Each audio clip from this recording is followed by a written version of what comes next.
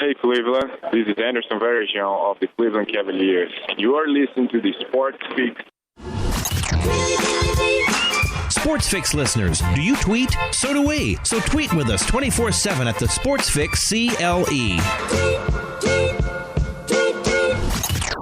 Hey guys, J-Rocc here from the Sports Fix, and we always talk about using our platform to try to help the world and the society we live in, and everywhere I go and everywhere we go, bullying is one of the problems in today's society. There's nothing worse than any person, big or small, strong or weak, adult or child, feeling picked on, pushed around, vulnerable, and victimized at the hands of a bully. Change comes one person at a time, and my good friends at No Such Thing as a Bully are working on skills and techniques and ways that we can all change and make things better for everyone. Find out more at nosuchthingasabully.com. Portions of the Sports Fix brought to you by Harry Buffalo. Catch every UFC pay-per-view live in full HD at Harry Buffalo North Olmsted, just outside Great Northern Mall. Harry Buffalo. Join the herd.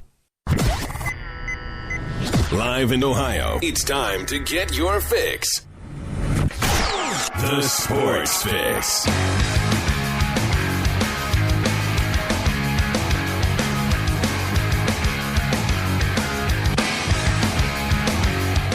And away we go, off and running live. Monday in the books. Here we go, the Sports Fix. Hope you guys are feeling good in the neighborhood, ready to go. Man, that sounded like a bad Applebee's commercial. J-Rocc with you here, kicking things off, ready to roll here. And matter of fact, I was going to say ready to roll for the week. This is the week. It is an extremely busy week on my end here. This will be the only live broadcast of the Sports Fix this week.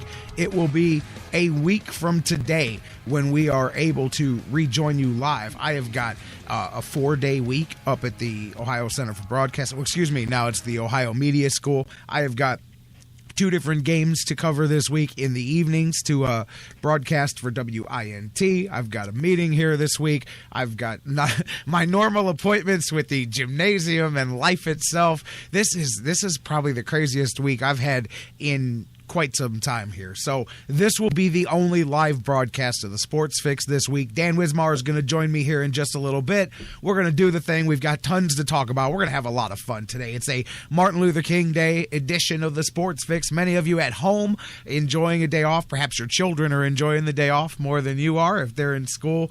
Perhaps you're not fortunate enough to have today off. Maybe you're at work listening to us. However you're doing it, as always, thank you so much. We'll make it an enjoyable process, and this show will be the one out there all week. Man, by the time we're back here next week, we'll know who's playing in Super Bowl 50, and we're going to talk some football here in a minute. Was there some awesome football this past weekend or what? This was the first weekend in a while that I haven't had to run around all over the place, whether it was covering games, whether it was broadcasting, whether it was wrestling.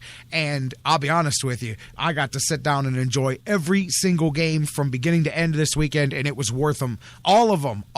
I mean, even the Chiefs, they really kind of screwed themselves at the end. I don't want to get too deep into it. We'll talk some football here once I get through all the preliminary stuff here to get things going, but even they made a run at it at the end. Every one of those things came down. Do I even have to say more than Aaron Rodgers? Discount double check in the house on Saturday night. We're talking some football today as we're down to a Final Four. We'll talk about the Browns' latest. We'll talk Cavs and Warriors. Big one coming up at the Q. That is going to be a heck of a mid-season clash here tonight.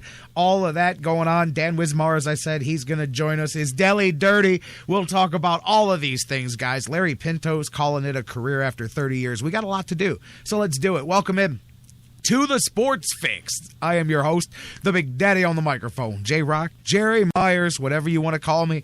Call me happy. That's so cheesy, but I say it every day. Call me happy to have you guys with us each and every day when we do this across the Sports Fix Radio Network live. Perhaps you're listening to us right now live on TuneIn, TuneIn's radio app, worldwide on Spreaker, Mixlr, their respective digital and mobile applications. Maybe you're enjoying the show, as I say, right on our home base, thesportsfix.net. However you're doing it, thank you guys so much for being here live and getting busy with us real time. And many of you, hey, thousands of you around the world can't listen live. You're in here listening on digital delay 24 hours a day. Welcome in all of you around the world listening on sites like iHeartRadio, the world's largest internet radio provider, on iTunes and Stitcher Radio, and on demand on so many different podcast formats and platforms. Thank you guys again for choosing us to get your fix, do your sports fix, your sports talk thing. Oh, Bruce, that'll warm you up on a cold day. My man Bruce in the Mixlr chat room over there. Any of you guys that follow us on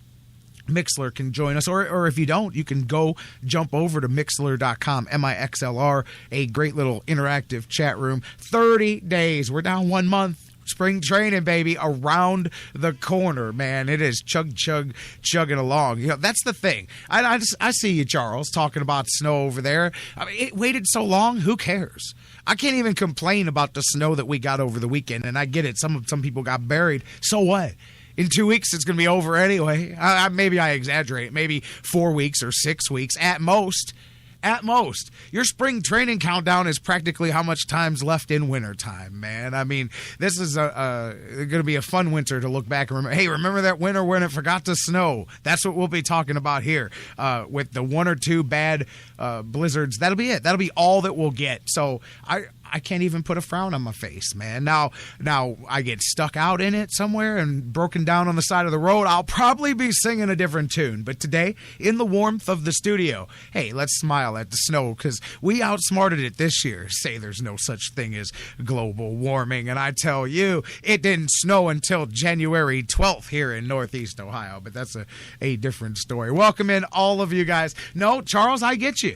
I'm not digging out because luckily for me, my place of employment on Monday morning happens to be the same place that I started at on Monday morning. So I didn't have to dig out this morning. And it's easy for me to say that from the warmth and comfort of the Sports Fix studios. I agree. But it is almost over. I'm telling you, I get it, Charles. But hey, instead of having to do it for 3 months straight, you're going to have to do it like 3 times all winter, and it waited until now. So anyways, thank you guys for joining us. However you're doing it, always glad to have you here. You guys are the heart and soul of the Sports Fix, so do that. We'll get the phone lines open here for a few minutes before Dan joins us.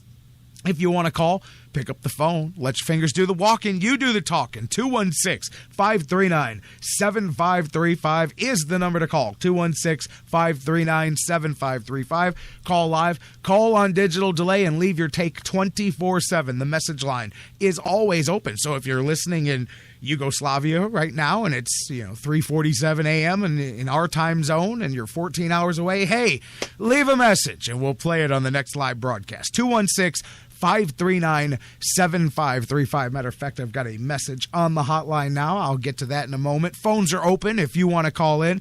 Facebook, Twitter, email, social media, always in effect. Easy ways to stay in touch with us any time of day or night. Facebook.com/TheSportsFix. Tweet with us at TheSportsFixCLE, all one word, at TheSportsFixCLE. Email us, TheSportsFix@AOL.com. Again, Facebook.com/TheSportsFix. Tweet with us at TheSportsFixCLE. Email TheSportsFix@AOL.com. Make sure you like us on Facebook. Follow us on Twitter. Join the 25,000 plus strong Sports Fix social media bonanza going on out there. Be a part of the crew.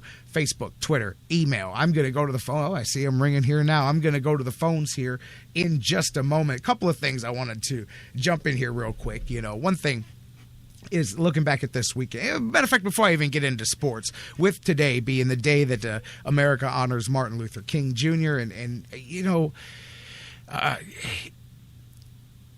You sit here, especially when you look at the world, the crazy world, and you wonder what if you could transpose people into eras, what somebody like a Martin Luther King went through in his era would do if you could transpose him now, when they could see all of the advances of society, but then yet all of the perhaps lack of advances in other places. But still, it's a day that makes you think of. I mean, this is a man whose entire reputation is built around peace. It's built around growth and so much common sense that's lacking in the world, and you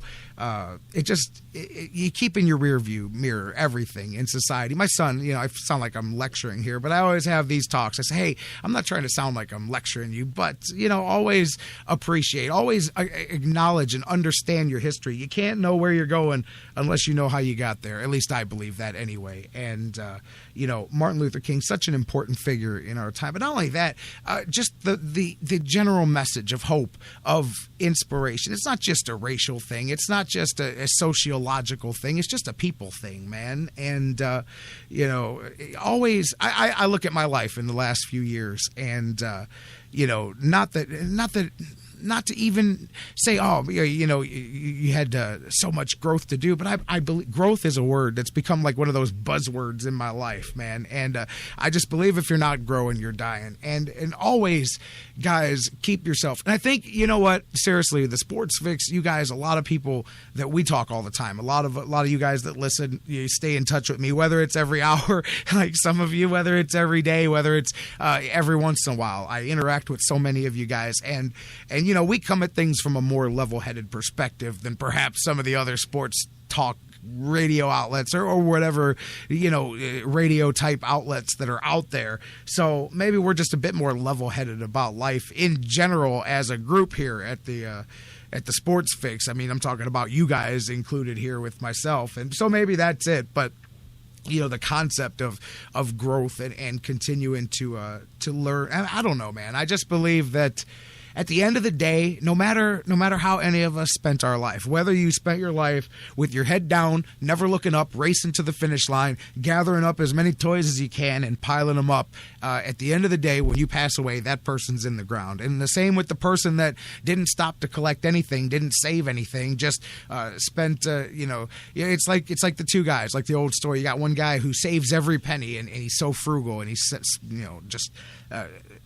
very, very thrifty with everything his whole life. And then you got the other guy who, as soon as he gets it, he spends it and he can't hold on to it and he water through his fingers. And at the end of the day, when they both pass away, they're both in the same place. And it's how you went on the journey. And that's the thing, man. Growth and learning and opening your mind, trying new things, all of that stuff, which actually has nothing to do with Martin Luther King Day here.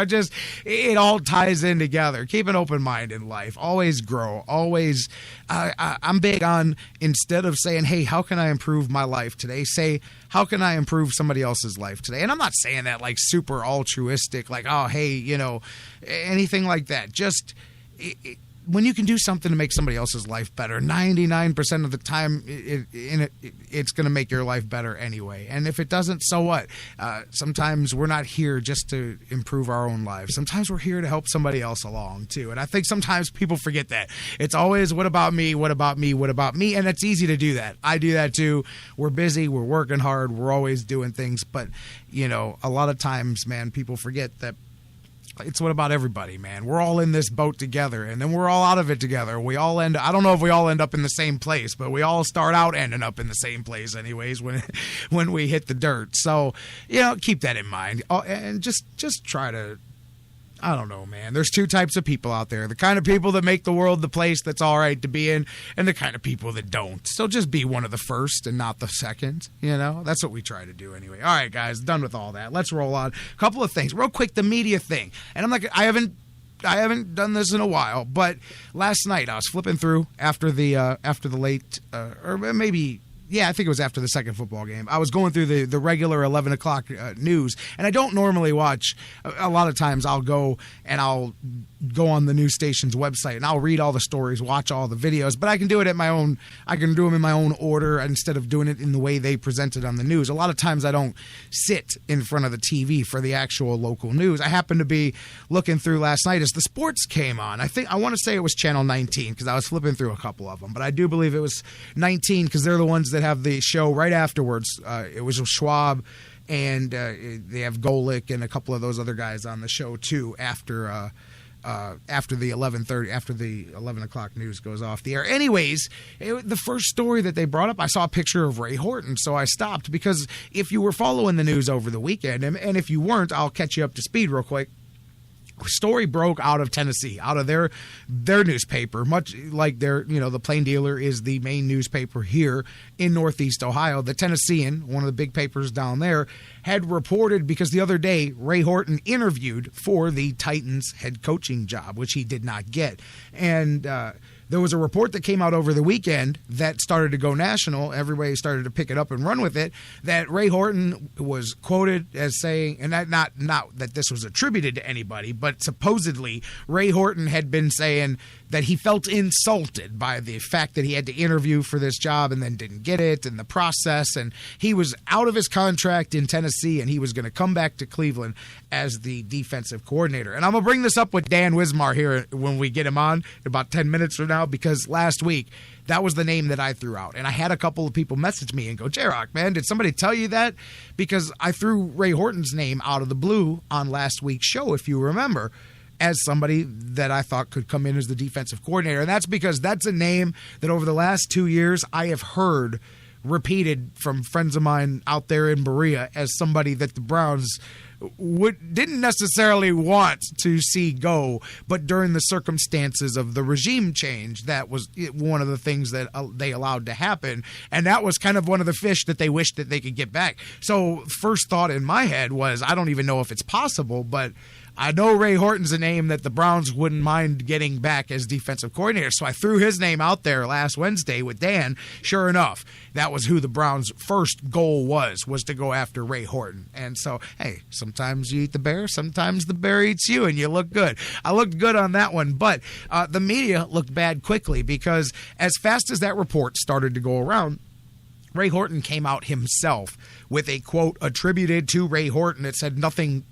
close to that happened. I was not insulted. It was a great interview. As a matter of fact, several of the suggestions that I made are being implemented by the organization, even though he's not going to be the head coach. They're working on a contract extension for him to keep him there longer as the defensive coordinator. Can't be more of a rebuttal than that. I'm one of these guys. I understand that sometimes athletes and coaches will lie to the media, but you have to give them the opportunity to do that. You ask a guy a question. If he deflects it, then you speculate all you want. If he answers your question, then that's all you can go off of until you have proof to the contrary. You can't beat a guy who just says, hey, that's not true, that's not correct, not even close to true. As a matter of fact, the opposite of that is true. So when I saw Ray Horton show up, to get back to the beginning of my story, when I saw Ray Horton show up, picture on the news last night, I turned up the volume, because I wanted to see, I thought maybe there had been something breaking in the story. And instead, I was really, disappointed.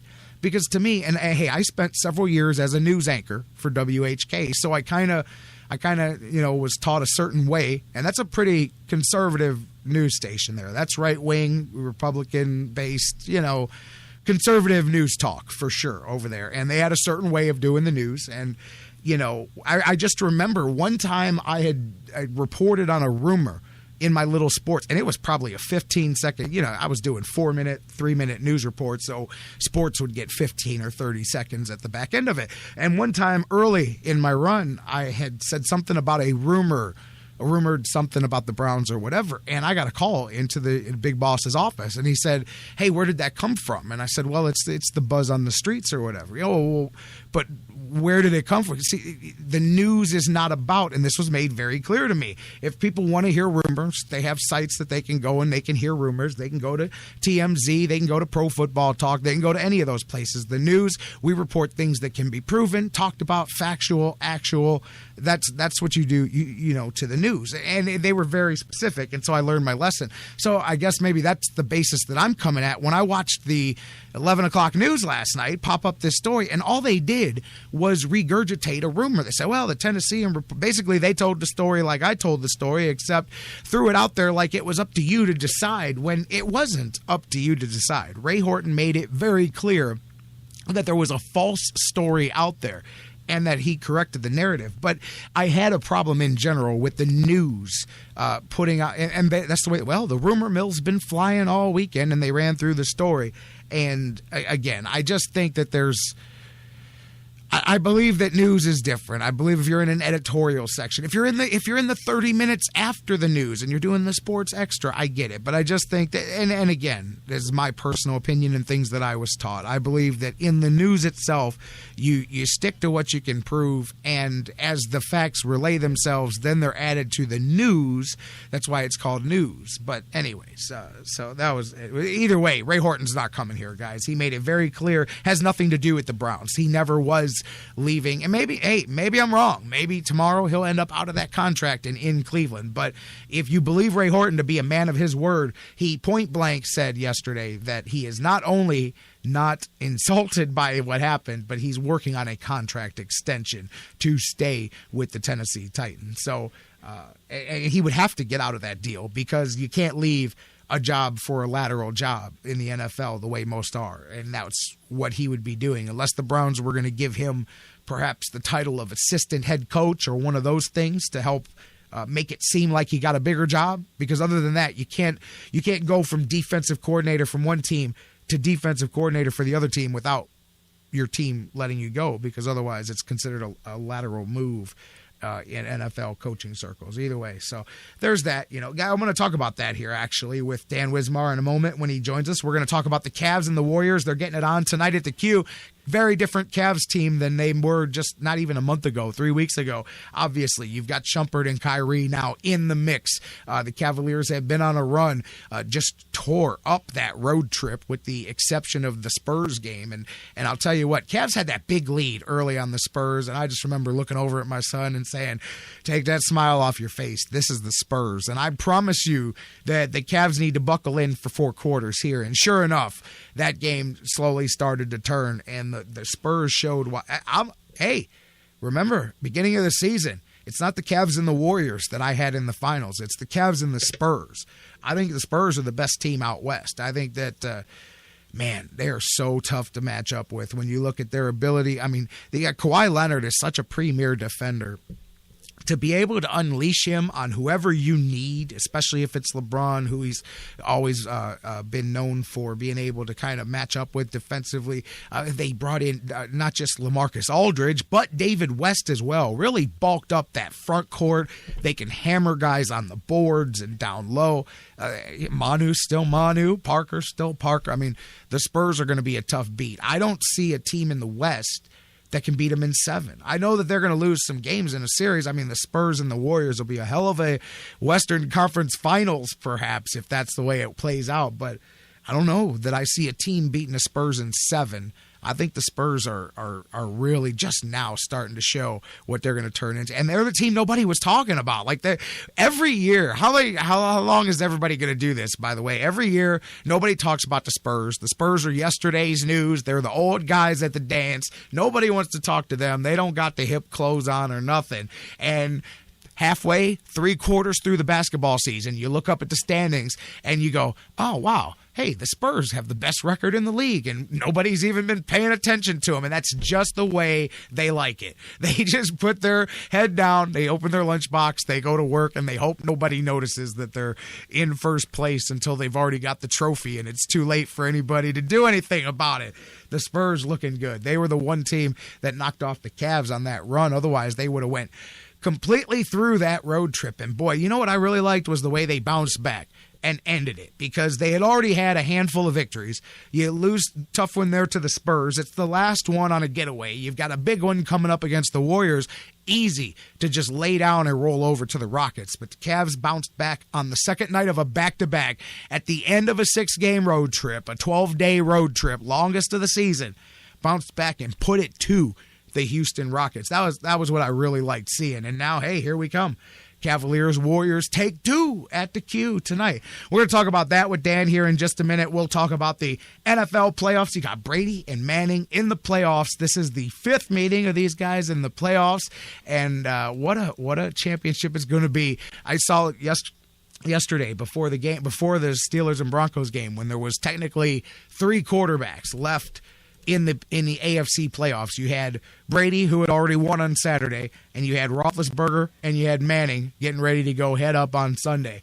And those 3 quarterbacks of the last 13 Super Bowls, one of those three quarterbacks has represented the AFC side of things in 12 of the last 13 Super Bowls. That tells you everything you need to know about the greatness of those three quarterbacks. And yes, like it or not, I said greatness with Roethlisberger too, because he's on that list. He's on the he's going to be on the big list before it's done. But didn't help him get it done yesterday. They were too short, and even then, even being so short-handed, the Broncos tried their best to let the Steelers take that thing, man. I'll tell you what. Let's talk some football. We'll get Dan Wismar in on the conversation. We'll talk Cavs. We'll talk OSU recruiting. But first, I'm going to talk to you. Let's go to the phone lines. Caller, you're up on the Sports Fix. Good morning, J-Rocc. Hey, how you doing? Hey. This is my man Bruce. What's up? Hey, not much. A couple of things. First off, if the Cavs take away the 6 minutes, I think it was, in the Spurs game in the third quarter, they would have went 6-0 on that road trip. Yeah, I know. They just had that bad run of that 5 or 6 minutes where they didn't score and did them in. But if you let the Spurs hang around, it's like a 15-point lead down to a 6-point lead at halftime. You got to expect something's going to go to the wire. Oh, absolutely. You can't do that with the Spurs, man. I mean, that's a team that knows their basketball. That is for sure. Okay, let me switch gears here a little bit. We both know what? that Hang on, real quick. Time out. Just because you brought that game up as we wrap that up, I thought it was cool, and I will say this. There's times that LeBron really does humble himself and show that respect. And you got to dig when he took the picture and he put it out there over the weekend of him and Duncan and just said, hey, what he told him after the game. I don't know how many more times we've got to go do this. But now, it's different. And you have to start to look at LeBron in a different light than if he was 3, 4, 5, 6 years in the league. You double that now. You're talking a dozen plus years in the league. Now you start to look at guys when you see whether it's Kobe Bryant and Tim Duncan or LeBron and Tim Duncan, or any combination of those guys that have been doing it 10, 12, 15 years against each other, you start to realize how many more times do these two teams go at it, and the Spurs all the way back to 2007, LeBron and the Cavs nemesis then. And so you see, even when he went to Miami, obviously the Spurs were a big part of that, but you notice that and you realize how many more times does LeBron's squad and Duncan's squad go at it. Those are kind of the cool things I like to see on the side of it. But the Spurs and the Cavs, always a first-class matchup when they get at it. And LeBron has definitely grown up since he left and came back. Oh, yeah. I'll give you that all day. All day. Yeah. So, all right, let me move on to the playoff games that we're on. Yeah. Green Bay and Arizona. That last 7 minutes was the most exciting football I've seen in years. I have to agree.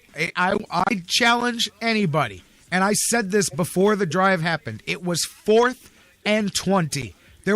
I know exactly everything. There were 55 seconds left in the game. It was 4th and 20.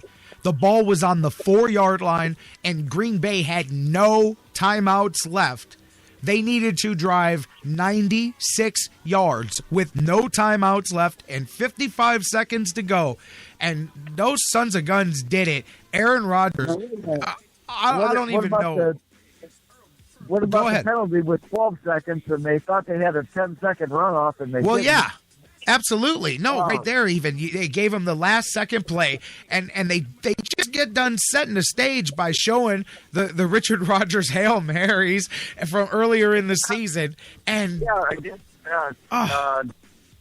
I know. It was against it was against the Lions. Yeah, it was what got them into the playoffs to begin with, and they did it again. But I looked at my son, and I picked up my phone, and I texted a couple people when it was 4th and 20 on the 55, and I said, if Aaron Rodgers drives them down for a touchdown, this has to go down because it's in the playoffs, because of the ramifications and everything. This has to go down as one of the greatest drives you'll ever see. And when that Hail Mary got caught in the end zone, I just said, there you go.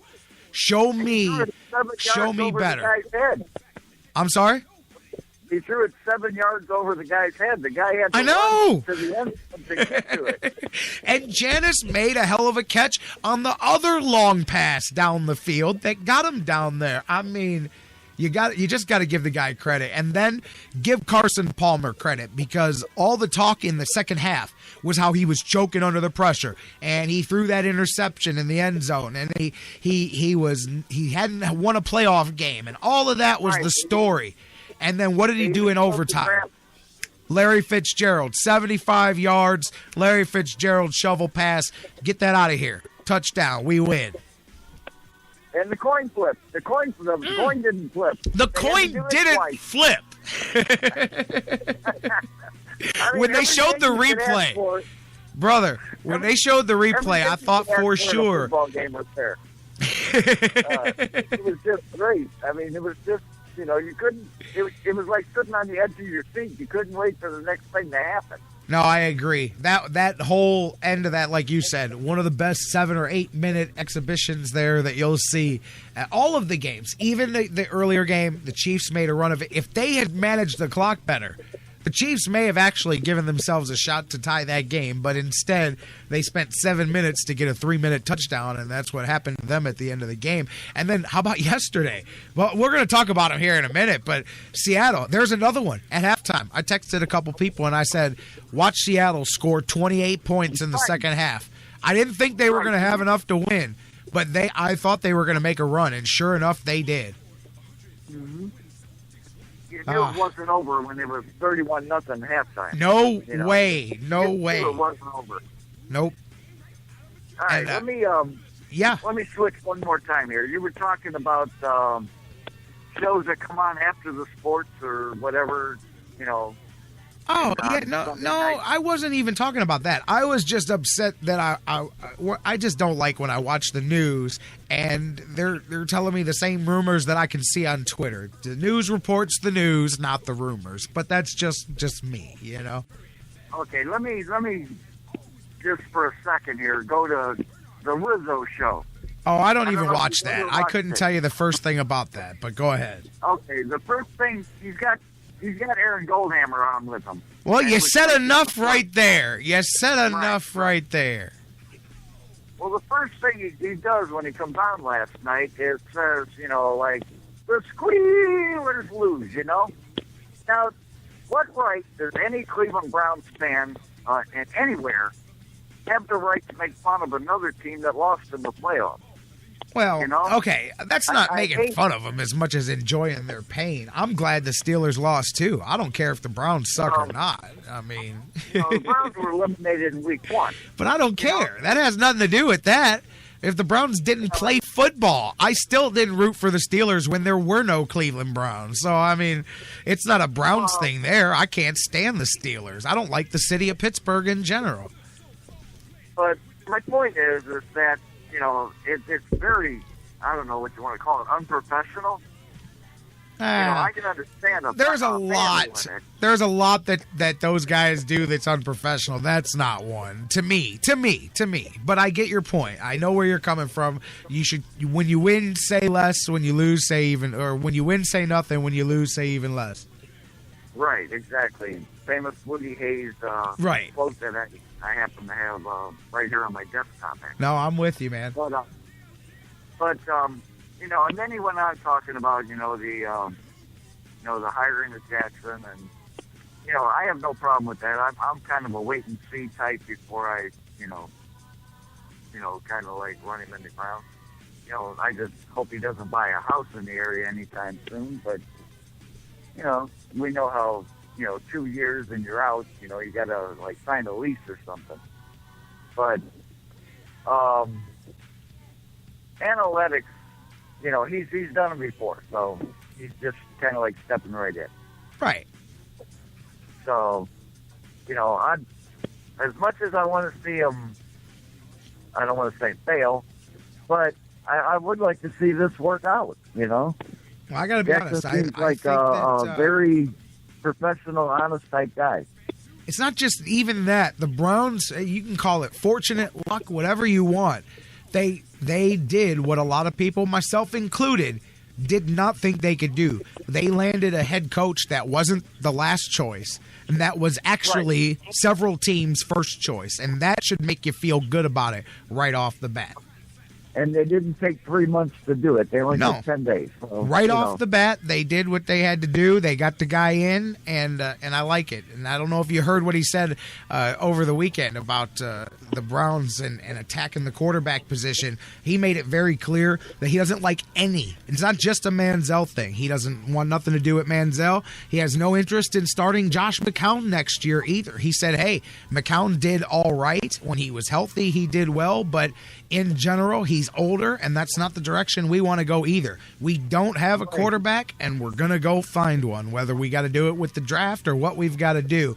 And he made it very clear. For those that want to say Hue Jackson would have handled Johnny Manziel differently than Mike Pettin, 100% false. He made it very clear that that would have been a major issue with him, what Johnny did on that last weekend of the season too. It wouldn't have that wasn't just Mike Pettin wanting to be Johnny Manziel's daddy. Hue Jackson would not have appreciated Johnny Manziel either. So if you think that, you're wrong. But he made it very clear that he does not feel that the Browns have a quarterback on their roster. So if you're wondering where they're going anywhere other than where they are right now. So maybe one of these guys sticks around as perhaps a bridge, a backup. But even then, the system's going to change. Hugh's going to call his own plays. He's letting DiFilippo go.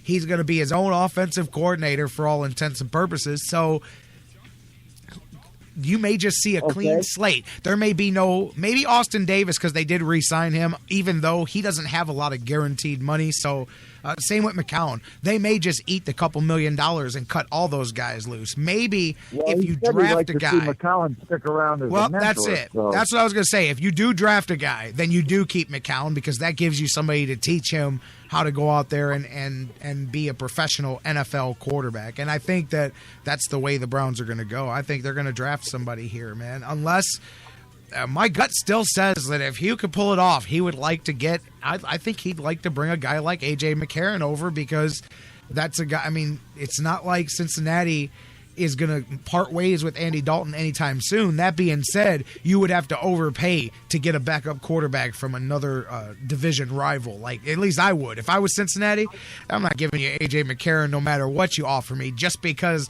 I don't want to help make the Browns better. But unless he makes a move like that, you got to think it's going to be somebody here in the draft. So, I don't know. Bruce, my man, anything else? The special teams coach. Oh, yeah. See, I have an issue with that, and I'm going to talk to Dan. I wanted to talk to Dan when we come back from the break about those two things. He's going to call his own plays. Where's he going defensively? And Chris Tabor, I scratched my head the other day when the Browns announced that they kept him, and they're going to bring him back in his job, because I honestly feel that I think Chris Tabor has been living on the fumes of the first few years of his job there, when he was carrying over Brad Seeley's special teams, and Brad Seeley's special teams were the tops in the league. And then he went over to San Francisco, and Tabor took over. And I think that as the years have gone by, we've been worse. Coaches he's lasted through? Yeah, Chris Tabor outlasts everybody. I want to know who he's got pictures on in Berea. Yeah, I seen that on Twitter the other day. He must have pictures of somebody's wife. He has lasted through. He's been here since Mangini, I think. No, he's been here for a while for sure. He's been here. He's seen Holmgren come and go. He's seen Chudzinski. He's seen Banner and Lombardi and Farmer and Pettin, and Chris Tabor just smiles at them all and says, "Hey, you'll be gone. I'll still be here." So I don't know. Yeah, my favorite one on Twitter the other day was that if somebody dropped an atom bomb on us, the only thing that would survive is cockroaches and Tabor. It has to be, because he's made out of a lead suit or something. Because you can't. You're exactly right. I was stunned when I said, "Wow." I thought for sure they were going to blow up the special teams, because in my opinion, the special teams have gotten worse in the last couple of years. They were 30th out of 32 teams on punt returns. that's just the reality of it. And if anybody wants to fool themselves and say, oh, well, look what he's done with Travis Benjamin. Travis Benjamin was born fast. I'm pretty sure Travis Benjamin would have accidentally returned a few of these punts no matter who the special teams coach was. So I don't agree with that. We couldn't decide on a punt returner for the last 2 seasons. We've tried everybody at punt returner. We have had kicks blocked in the kick game, and I know some of that was having the rookie kicker there, but we've had breakdowns in special teams 1, 2, 3, 4 games every season that Chris Tabor has been the special teams coach. So it really stuns me how much respect they've got for him in Berea. But again, who's he got pictures on? Because that guy ain't going nowhere. He's entrenched over there in Berea. But we'll talk about that with Dan. Anything else, Bruce?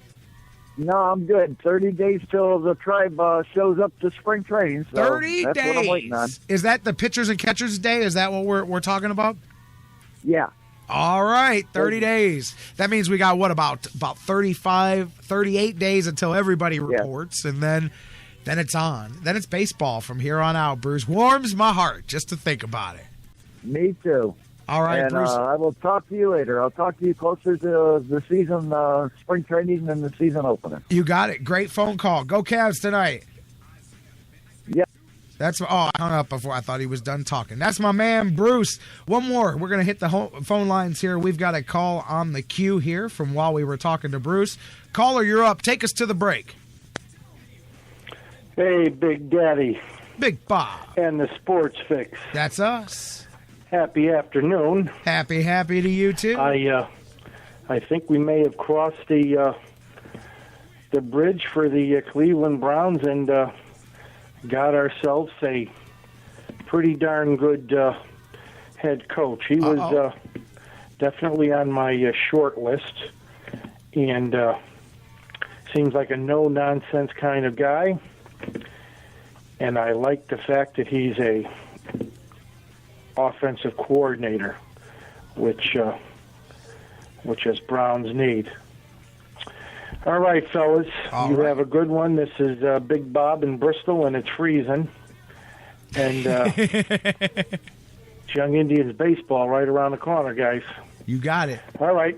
I'll try to get back to you later on this afternoon. Guys, have a great one. Bye-bye. See how Big Bob did that up in Bristol, Connecticut? You can do that anytime. 216-539-7535. Leave your take on the hotline, and we'll play it live on the show. Thanks, Bruce. Thanks, Bob. Let's take a break, get you some news, and when we come back, Dan Wismar joins us next on the conversation. We're talking NFL playoffs. We'll talk some Browns coaching search, Cavs, Warriors, and the latest Ohio State recruiting. It's a big day for the Buckeyes. We'll hit all of that and more with Dan Wismar live next after the news here on the Sports Fix. They are playing some basketball tonight at the Q, baby.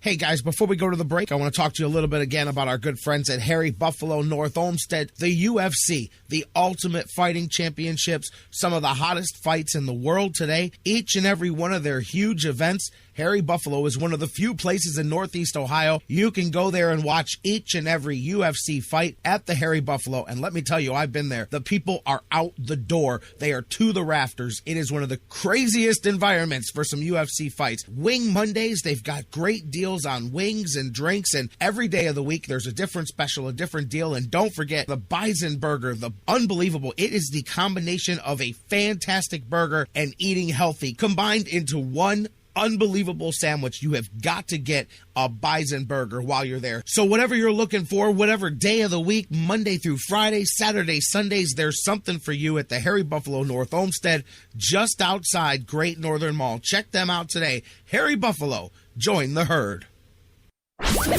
When it comes to Cleveland sports, we go from "I can't touch this" to "I can't watch this." So listen to The Fix. It's easier on the eyes. Man, do I love card night. You ready, boys? You got a king? Go, fish Dad. Oh, come on. This is WWE superstar Titus O'Neil. The smallest moments can have the biggest impact on a child's life. Take time to be a dad today. Learn more at 877-4DAD-411 or visit fatherhood.gov. Brought to you by the U.S. Department of Health and Human Services and the Ad Council. Sports Fix listeners, do you tweet? So do we. So tweet with us 24/7 at the Sports Fix CLE.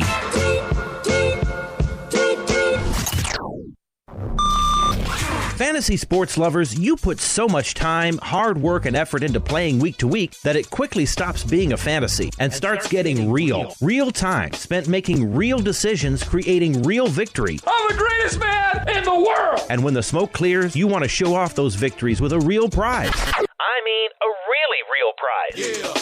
Nobody does that like Fantasy Jocks. The crew over at Fantasy Jocks have beautiful, high-quality, and heavy-duty championship belts, rings, trophies, and so much more for all your fantasy sports needs. The trophy's 12 feet high, and it is glorious! Football, baseball, hoops, you name it, they have it. Plus, they have awesome draft kits and party supplies to make all your preseason activities the envy of everyone. If your league needs a ring, belt, or trophy, or you want to upgrade what you already have, there's literally only one place to go.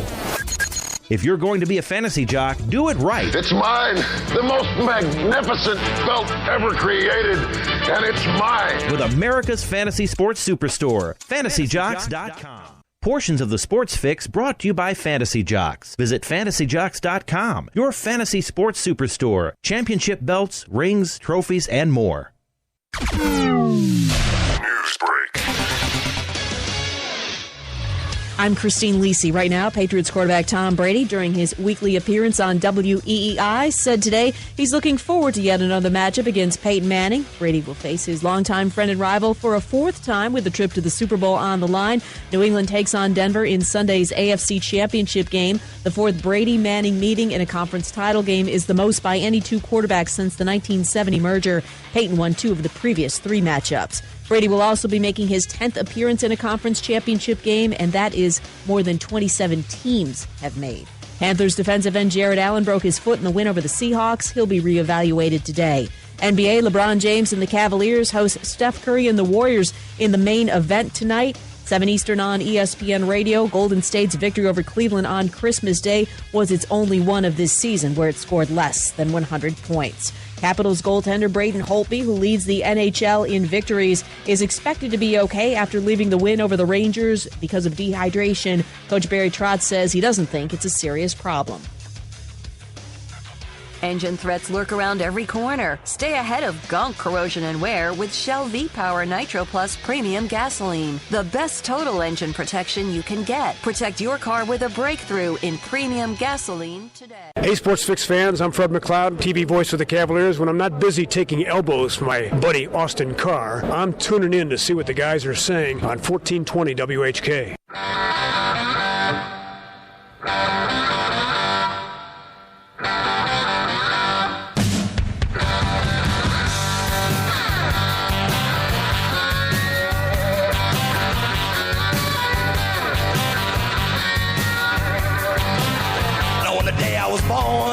Welcome back into the Sports Fix Live. J-Rocc with you here as we roll on. Dan Wismar from Everybody Hates Cleveland is going to join me on the hotline in a moment. You're with us live across the Sports Fix Radio Network. Maybe you're listening live wherever you're at. Tune in, Spreaker, Mixler. Maybe you're on the website. Maybe you're on digital delay. However you're here, thank you so much for being with us as we kick it up a notch with Dan Wismar. You can keep the conversation rolling. Phone lines open, 216-539-7535. Leave your take on the take line. Facebook, Twitter, email, always there for you. Facebook.com/thesportsfix. Twitter @thesportsfix. CLE email, thesportsfix@AOL.com. As I'm back into it here, we're going to hit the phones and get Dan Wismar in on the conversation. It's been a few days, got a lot to get into. Dan the man, how you doing, my friend? I am fine, Jared. Good to be with you as usual. Great weekend of football. My wife had to use a pry bar to separate me from my recliner in the family room after 2 days of football watching. No, it was good. I caught 99% of the football that was played and enjoyed every bit of it. Yeah, me too. I was able to. I was fortunate. The schedule cleared out that way. I mean, I caught most of the other stuff, but this weekend I was able to hang out and just watch them all. And even, starting with the first one, even the Chiefs and the Patriots. I mean, if the Chiefs had managed the clock a little bit better, they may have given themselves a legitimate shot there. But even at the end, I mean, that last drive, they stopped and the Chiefs get the touchdown, get it within a score, and then they stop the Patriots on first down, and then that pass. I mean, it wasn't meant to go the Chiefs' way. The Chiefs deflect the pass, almost get the interception. The deflection gets deflected by Gronk and then goes into the hands of the receiver. Had it bounced any other way, it may have been picked off by the Chiefs. Instead, there you go, and the Patriots hold on. But the Chiefs gave a good accounting for themselves, even though they were down, double digits for a lot of the second half there. Yeah, had they played a little bit better football in the first half, they could have made a more compelling finish out of it. But you can't rely on luck, and you can't rely on luck when you're playing the Patriots in Foxborough. So it's that was probably the biggest downer, I guess. When fairly easy, I guess, to pick the favorites in the two NFC games, and Pittsburgh made the Denver game a lot closer than it had any business being, I thought. Nobody gave the Steelers a chance. I told some people I thought I did give them a chance just because Big Ben is a witch. We go into every Steelers game assuming that the Steelers and Big Ben are going to figure out a way to get a W out of it. At the very end of that game, I'm still thinking that they've got a chance for Ben to, even on fourth down, to come up with some crazy play, and it's just what the Steelers seem to do. But I was a little disappointed in the Chiefs' performance overall. They came on late, started playing a lot better defense at the end. But boy, when the Brady just takes the opening kickoff and marches him right down the field into the end zone, it's like, oh my God. And it really did take Kansas City quite a while to figure out, any way to stop Brady. I said at the time too, Jerry, that if there was a rule in the NFL that you weren't allowed to run the ball, the Patriots wouldn't be bothered a bit by that, don't you think? No, I agree. The Patriots, they just play whoever, man. It doesn't matter what your name is, what your position is. They just play you if they need you. They run the plays. I swear, they play a different game than everybody else does. They just do what they think. They don't care. Conventional wisdom doesn't matter. What everybody else does doesn't matter. What position do you play? Tight end. You're a running back. Come on, we need you. You know what I mean? They just do whatever they got to do, and they win. I'm sorry. Anybody that craps on the Patriots, I don't have time for that, because they just find ways to be the best team in football. They're head and shoulders in the AFC. I think they showed it all season long.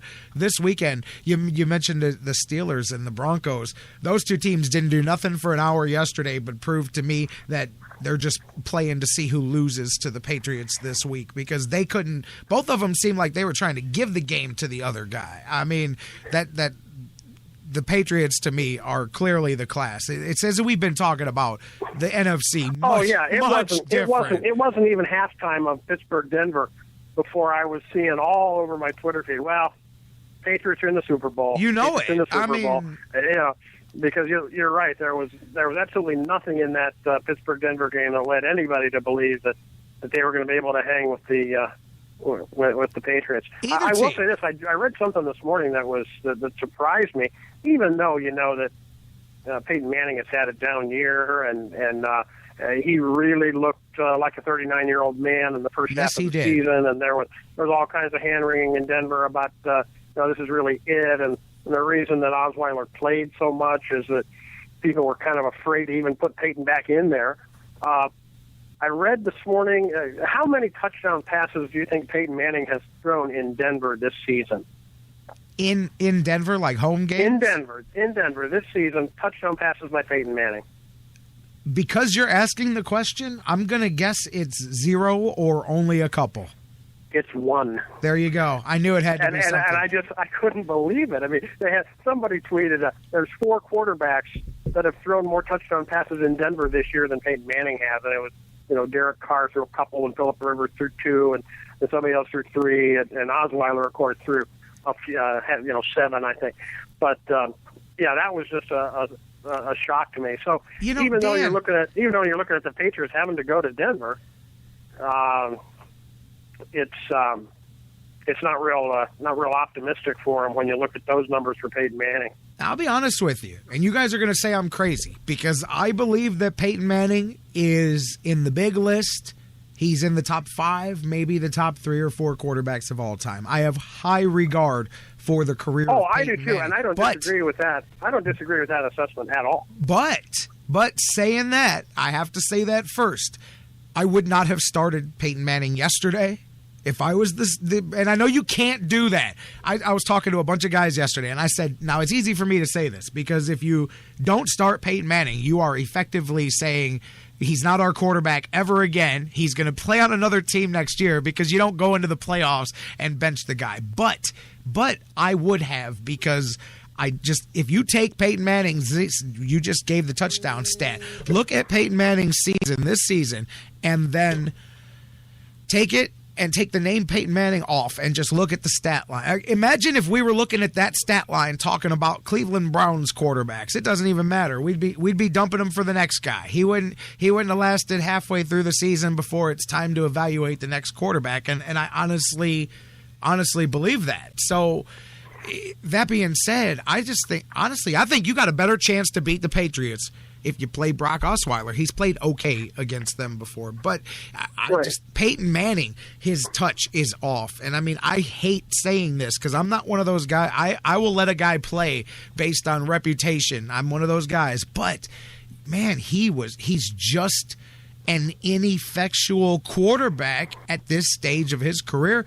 Watching those passes, he used to be so accurate with the touch, and I mean that was his game, was finesse, and now he doesn't have it. He throws a ball and it's like, hey man, go back 2 years ago, we were joking with Brian Hoyer, that when he really fell apart second half of the season, you throw it, you don't know where it's going. It wasn't that bad, but it doesn't go where he wants it to go anymore, and it hurts me, because this is one of the times that I would say it feels like we're seeing a guy, although not at that level, where you're seeing Johnny Unitas in the Chargers uniform. You know what I mean? You're seeing... Yeah, that's true. And Jerry, too, it's not even so much that...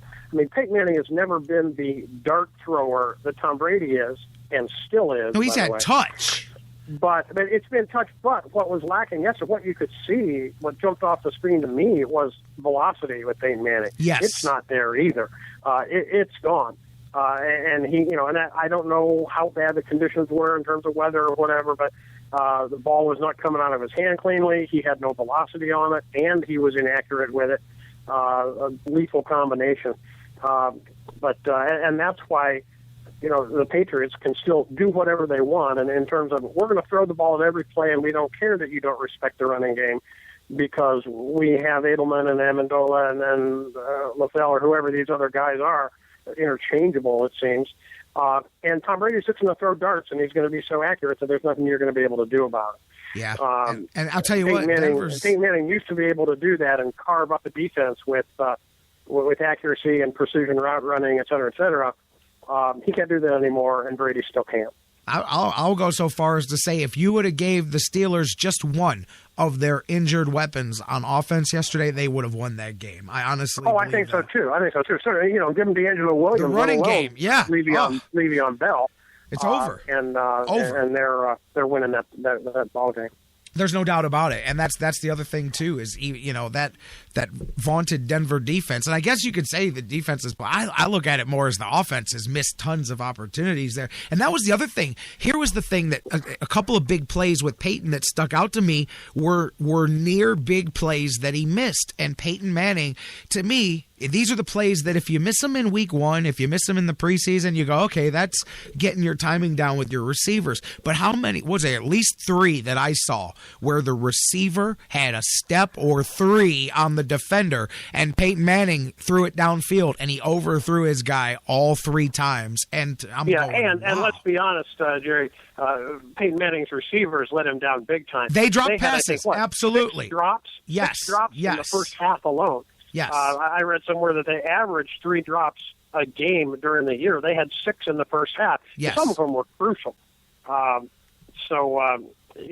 may have been inaccurate, but he hit guys in the hand 6 times in the first half and they couldn't hold it.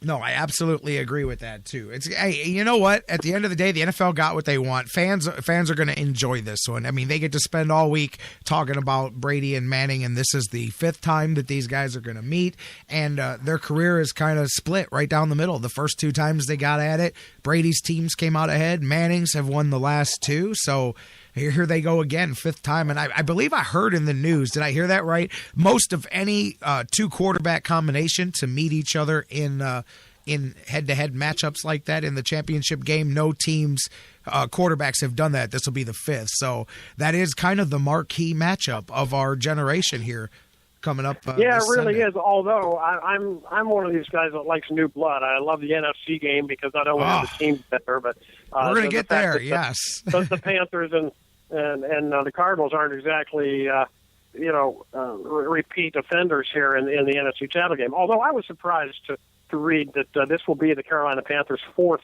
NFC championship game. No, I didn't went there realize in their they had first been there season. They went there in their first season, if you remember, and it's one of the reasons that the Browns got screwed. Their second season. Second season, yes, second season. Yeah, 96, and then they were in it again in 03 and 05, I believe. But, they've never played a home game, though, in the NFC title game, even though they won the one year. They won at Philadelphia in 96. But go ahead. Oh, no, I was just saying that, this will be their first time to host the NFC title game, but I was surprised to even recall that they had been there. This would be their 4th time there. No, they're actually, for those of you guys that want to look back to the beginning of the end for the second coming of the Cleveland Browns, you can blame the Jacksonville Jaguars and the Carolina Panthers because I believe each of them in their second season made the conference championship game. I know for a fact Carolina did, and I believe Jacksonville did as well. That may have been when they drafted Fred Jackson. It may have been like the early part of his career. But I remember that both of those teams had such good success early that they changed and stripped away all the draft picks that they gave those 2 teams and gave the Browns a much, much lesser chance at success when they came back. And it was directly tied to especially the Panthers. Teams did not like that this brand new team was in the conference title game in its very infancy there. So they made the Browns suffer by taking away some of those extra picks and some of those things that they did to help smooth the beginning for those teams. They said, oh, well, we must have made it too easy because they just jumped right to the top of the league. So we'll have to strip it back a little bit. And, well, we're still suffering from 1999 now. But we were stripped, all right. But hey, anyway, I wish we had seen some fresh blood in the AFC game as well. I'm a little tired, frankly, of the but you weren't going to get that. I would love to see the Bengals and the Chiefs in there and have a little bit of new blood. But you weren't going to get that when you look at what happened. I mean, to me, I think the four best teams in the AFC met each other this past weekend, and you can't always say that every season. I think the four best teams, period, on each side met each other this past weekend. When you come down to it, and I mentioned with Roethlisberger too. I mean, those 3, Manning, Brady, and Roethlisberger, 12 of the last 13 Super Bowls, one of them has been the quarterback on the AFC side. So they've had it locked up. I mean, Alex Smith was really your only hope, or Andy Dalton in the first round at some new blood in this one, not like the other side. And let's talk about that for a minute. Saturday night, the Cardinals. The Packers. Let's talk about the game here, man. I mean, that not and just an unbelievable final sequence of things to go down. I don't care. 55 seconds, 4th and 20, no timeouts. I'll put that up with any drive in NFL history. Well, yeah, and it really was a 3-play drive. 2-play drive. Yeah, 3-play drive. Yeah. Two big plays, and I think there was one in between, but Janice with those catches, it was man. Incredible. And Aaron Rodgers is a legend because of it. I mean, the throw he made, first of all, there's no excuse for Patrick Peterson or somebody else not knocking that ball down. How do you get the Hail Mary? How do you let that guy get position on you on that ball when you're already in the end zone and he's just backing his way into the end zone, the receiver? You've got 2 Cardinals back there in the end zone. They see the ball coming. How they let this guy get position on him in front of them to make a play on that football is beyond me. And Dan, it was definitely real quick, a while you're failure saying that, of defensive back play, but still, the throw was just a prayer. But just the fact that he wings it up, running left, throwing back right, 55, 60 yards in the air, and then just to even give his receiver a shot in the end zone is amazing.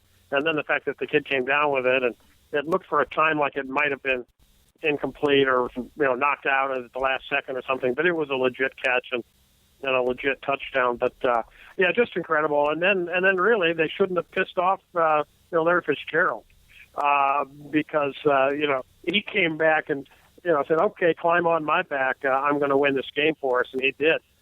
That was an incredible two-play drive, really. That was a great finish. And the Packers, to their credit, played a lot better defensively, obviously made a much better showing against the Cardinals than they had before a couple weeks ago, and made a very compelling game out of it. And a lot of it was, again, it really is a shame that injuries have done what they've done this year to so many teams.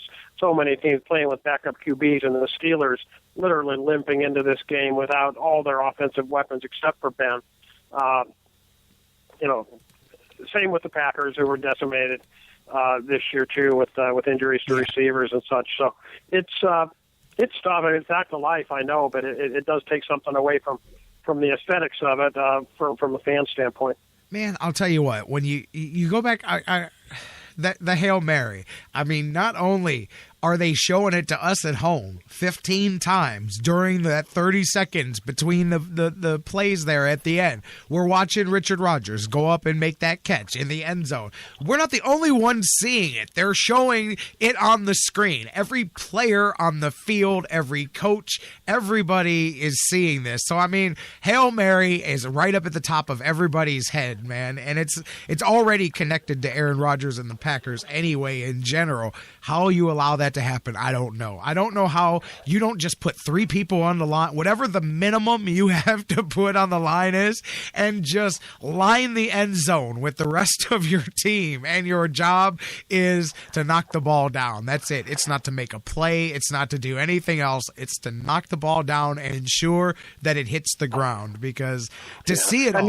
you're not going to get a penalty on that last play either, but I thought it was a blatant hold on the right end, the pass rusher, the guy that was crashing in from the right side of the Cardinals' defensive end to rush that play. He got really kind of horse-collared, thrown to the ground of what looked to me like a pretty blatant hold. But you're just not going to get a call on a desperation play with 5 seconds to go in the game on a game-turning play like that. But no.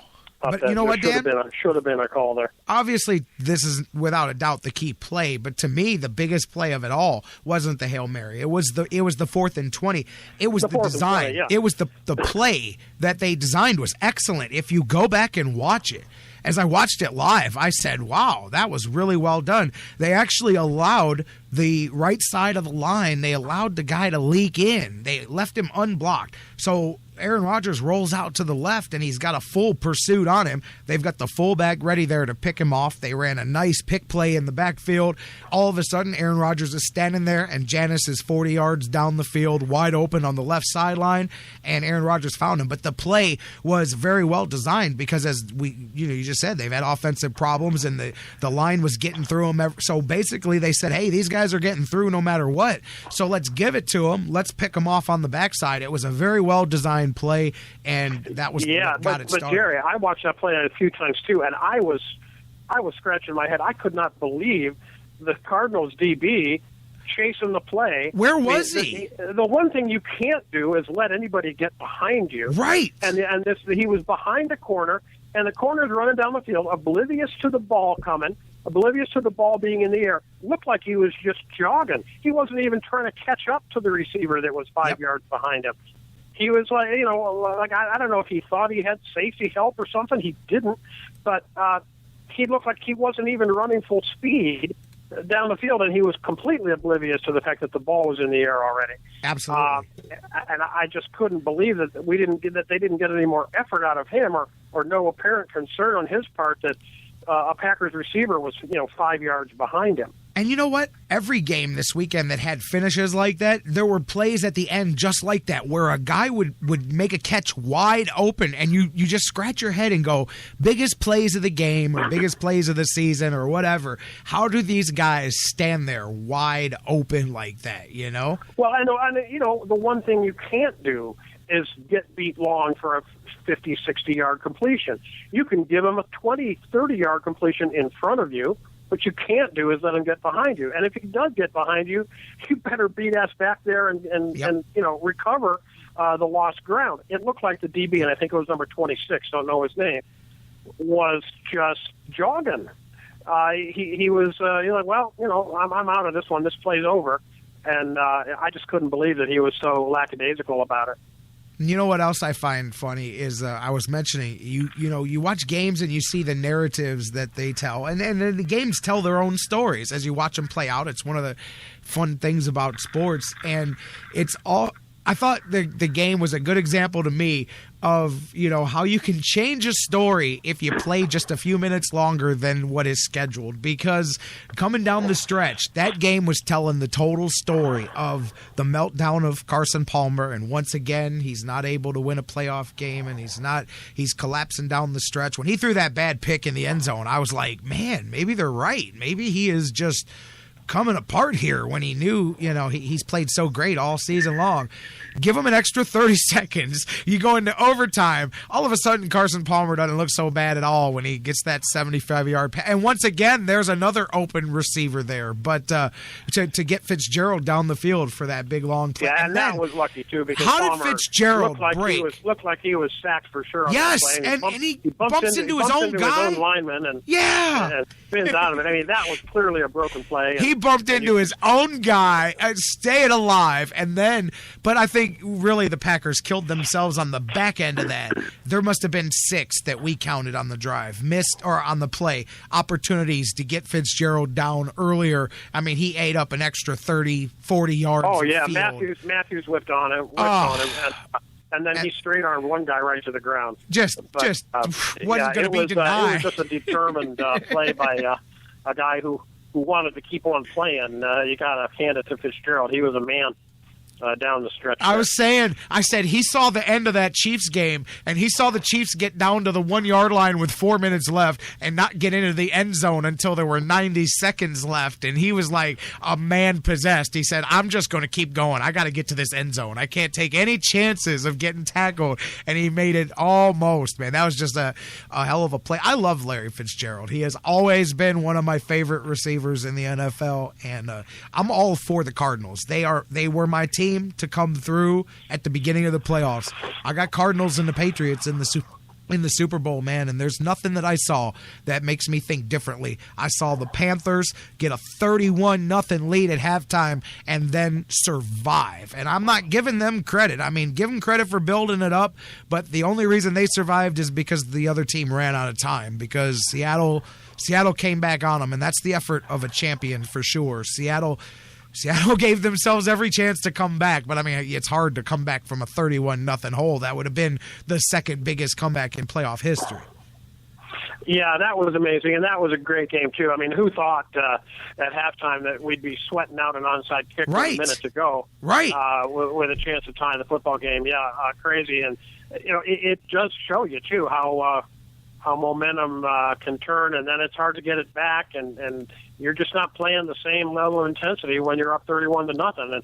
And once you hand that momentum over to the other team, it is hard to get it back. And Russell Wilson made some incredible throws and plays.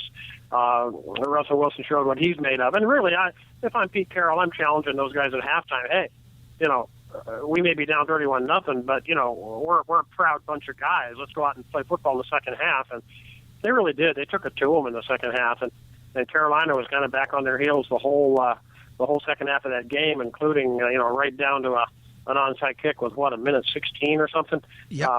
I could not believe that we were still sweating that game out, and I was pulling for the Panthers. I'm not a Seahawks fan at all, but it was I couldn't believe I was still sweating that game out. No, I agree. Russell Wilson came through, but that defense for Seattle remembered who they were in the second half, and Right.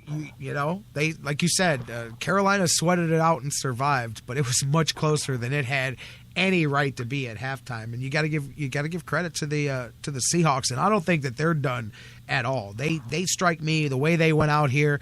Obviously, they've got free agency decision. By the way, Marshawn Lynch, am I the only person that noticed his LeBron moment? He couldn't get his Seahawks jersey off fast enough at the end of yesterday's game. And I know sometimes guys, but I don't necessarily notice a lot of guys walking around on the field with their jersey already taken off. Marshawn Lynch had his Seahawks jersey off the second that the game ended. He had it off. He was walking around with no jersey on. And is Lynch a free agent, sir? Yes, he has the ability to be a free agent after this season. And you got to figure that with everything you've heard, they haven't had good contract talks. He didn't get the final play in the Super Bowl. That was such a big deal.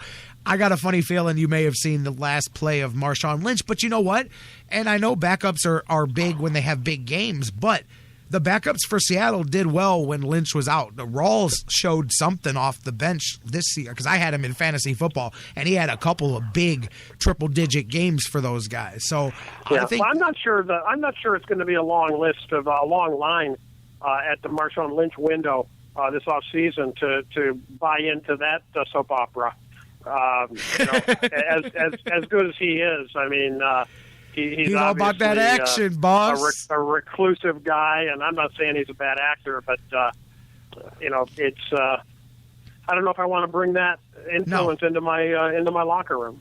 Nope, I agree. It would take a certain type of team. You know what I mean? It would take. Now I'll tell you what, where I could see him going, and the problem is that if he does, it might be over for the next couple of years. Would be a place like New England that won't tolerate that crap. And if he was willing to say, "Hey, I want to win a couple of rings," could you imagine giving them an actual running back? Because, like you said, they don't even need a real running back. So imagine if they had one. Although they would never spend that money because to them, running backs are interchangeable. You know, they would. That's true. They would not.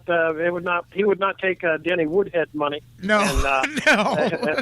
And I don't know that even Belichick would want to put up with the hack in the locker room. And to be honest, if I was Marshawn Lynch, the lack of an act. Yes, exactly. I don't know that I'd go anyway because if I'm a running back, I don't know that I'd ever play for New England. Only because this guy has already proven that you can score 4 touchdowns and he will bench you next week. You won't even see a snap. And clearly, there's no appreciation for the running back position in the Patriots organization. We'll see what happens with Lynch, but or in their offensive game plan either. Right, in general. Really. I mean, that demonstrated that opening drive they threw 11 passes, did not run the ball a single time. To come right out, had 7 points on the board.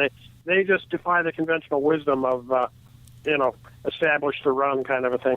Honestly, Belichick, a lot of times, he is the guy when you scout a team and you say, okay, here's what they do, here's what they want to take away.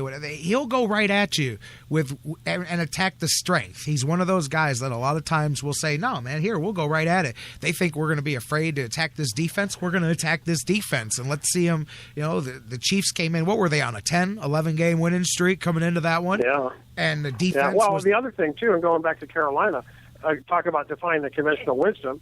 Coming in, you knew one thing: Carolina wasn't going to be able to run the ball, and that's what they did on the first play. You know, so they bust a 60-yarder on the first play, pounded into the end zone, and the kid puts up a 100-yard game against them for the first time since 2014 or something. Yep. That somebody had a 100-yard rushing game against him. So, you got to run the ball, so we're going to run it. We don't care what your reputation is. To their credit, obviously, when you get 60 yards on the first play, it's easier to get a 100-yard game. But Stewart was knocking off 4- and 5-yard gains really all day. But sometimes that's all it takes, like the way the Patriots started with all those passes, like the way the Panthers came out with that run. When you got such closely competitive games and teams, and you know it's going to be one of those games where it's going to be a 1 or 2 possession game, sometimes coming out the box like that, even if you know, hey, like you said, you get 60 of the 100 right there in the first chunk. Point is that you got that first strike. And even if they do settle into their defensive plan at that point, you get that little bit of an early advantage on them. And both of those teams showed that, came right out. And, hey, we're talking about 2 of the 4 teams that are here. So let's you and I talk about that, because I'm not going to be back on here the rest of the week. You got AFC and NFC championship games coming up this weekend. 4 teams left playing in Super Bowl 50. Patriots and the Broncos, of course, Manning and Brady. That'll be at least a fan's dream. We'll see how it plays out on the field. I don't think there's a chance, as we said, for the Broncos in that. Even being home, I don't see it even being a chance for them to win this one. The other side, much different. The Cardinals have to go down to Charlotte and take on the Panthers, and that is going to be one hell of an NFC title game. And you talk about wanting new blood, there you've got it. You've got 2 teams that are not the traditional every year in and out of the Super Bowl. I mean, the Cardinals, it's been since was it 12 when they played the Steelers in that one that they lost right down the stretch? Right. Yeah. So this is going to be a bloodbath, and it should be a great game. It's the highlight of the weekend for sure. I wouldn't even want to venture a guess on that. Let's just enjoy it, watch it play out. One thing you know is you've got the 2 best teams in the NFC playing. They were all year, and they still are. They're both still standing, and you just hope for a great game. Like you, I don't think the Broncos stand much of a chance. If there is a chance, it's because they do play great defense there, and they can turn the ball over on you. And they've got a good defensive secondary, although some of those guys really had bad moments yesterday, including Bradley Roby. I mean, he obviously caused the fumble. Much was made of the fact that there was a Buckeye stripping a Wolverine of the football when he caused the fumble by Toussaint. But earlier in the game, Roby really had his troubles, and so did some of the other DBs on Steeler wide receivers. But they can turn the ball over on you. They will play great defense, and if they can keep it low scoring, they'll have a shot. But all the smart money is going to be on the Patriots, and that's where my money would be too. But that NFC game, boy, I would hesitate to even make a pick on that. I'm just hoping that it's an enjoyable 3 hours of football. Man, I'll tell you, I'm sticking Patriots and Cardinals. I think Bruce Arians, and man, does Bruce Arians, every time you watch him coach, and I mean, hey, we're allowed to do this because we suffer with the Browns week in and week out, so we can say things like this. Just watching him coach every single time, just once again kick you in the gut and go, damn it, Browns, couldn't you just got out of your own way? Because I absolutely love to watch the way he coaches. He's aggressive. Yeah, he's a great play he's having a lot of fun doing yes. it. That really comes through to me.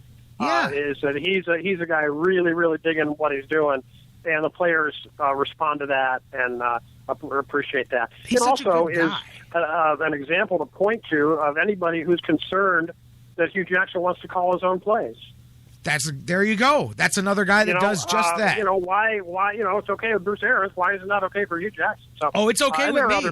Are you running into people that don't like it? Sean Payton. No one bitches about Sean Payton calling his own plays or other people. So it's not a big deal. We can get to some Browns talk here hopefully in a minute. Yeah, you know what? You just brought that up. I'm kind of out of the loop here.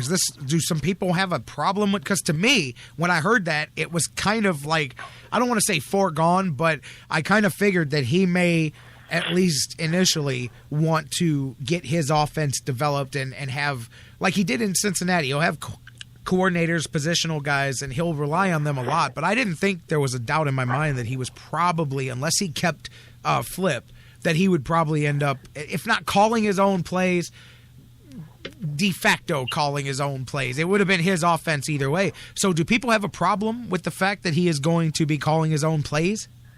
Oh, I don't know. There were some eyebrows raised, I think, around town when he made that statement. Why? Who knows? It's what he does. People are going to critique it. There's too much to do on game day, people are saying. You don't really understand the responsibilities of an NFL head coach and all the things you're responsible for on game day. And piling the responsibility of play calling on top of everything else you have to do is going to overload you. I mean, that's the kind of narrative that you're starting to hear. As if he hadn't been an NFL head coach before. It's not like he doesn't know what's involved. But that's what people were starting to say. And again, when I say people, I'm talking about yokels on Twitter, So, put as much stock in that as you want to. But I personally don't have any problem with it. Lots of successful NFL coaches do it. So it shouldn't be a big problem. I certainly don't have a gripe with it. No, I'd have much more of a problem if, as you mentioned, he hadn't been a coach before. If this was a first time venture thing, then that always. I do get that. There's a lot of things to worry about, but this is a guy who's already been there. He knows all those things. He thought about it, weighed it out, and said, "No, I can easily do this." And so that's different than walking in the door and saying, "Hey, I'm going to call my own plays." He already knows that he's got to manage the clock. He's got to keep track of 53 players, 46 on game day. He's got to keep track of timeout. He already knows that and feels that he has the ability to still call plays. So that's different, obviously to me. Couple other Browns related things here that I wanted to just touch on that I heard you talk about in the open and maybe just could throw a little not necessarily clarification, but just maybe bring up another side of the issue. As far as the Ray Horton thing goes, first of all, I really wanted them to hire him just so I could tweet that Horton hears a few. Yes. But, that was just a bad joke I wanted to make. But horrible. I went ahead and made it anyway. But it didn't seem to me that it was a done deal that Horton was staying with the Titans. The wording of what was said, first of all, I think it came out of John Wooten's organization. I think probably, John Wooten, former Browns guard, great guy, great player, has been at the forefront of trying to involve, and encourage minority hiring in NFL head coaching circles. It was kind of his quote that said that, or his information or insight into presumably having talked with Horton, that said that Tennessean story that came out that said that Horton was insulted about, not being passed over on the head coaching job. Wooten implied that Horton was insulted by being the last guy they interviewed or being the fourth or fifth guy that they interviewed when he was right in-house, that he should have been maybe given a little bit more deference and being interviewed sooner. So apparently he made some reference to John Wooten about how he felt about his position in the pecking order, but then obviously was upset that Wooten then leaked it or it got published in the Tennessean based on a remark from Wooten to the Tennessean reporter. So he said he was not insulted. He was happy to have the interview. If nothing else, he wanted to keep his leverage with the Browns by not necessarily saying that, hey, it's over with me in Tennessee. He wanted to at least keep that alive. And so he then said that he was still in talks with them about a contract extension, not that he was going to stay with them for sure. A lot of people went into last night thinking, hey, this is still definitely an up-in-the-air deal. He may still end up with the Browns. He may remain with the Titans, but nothing that I heard Horton say led me to believe that the Browns were out of the picture. No, and that's a good point. He most definitely left it open.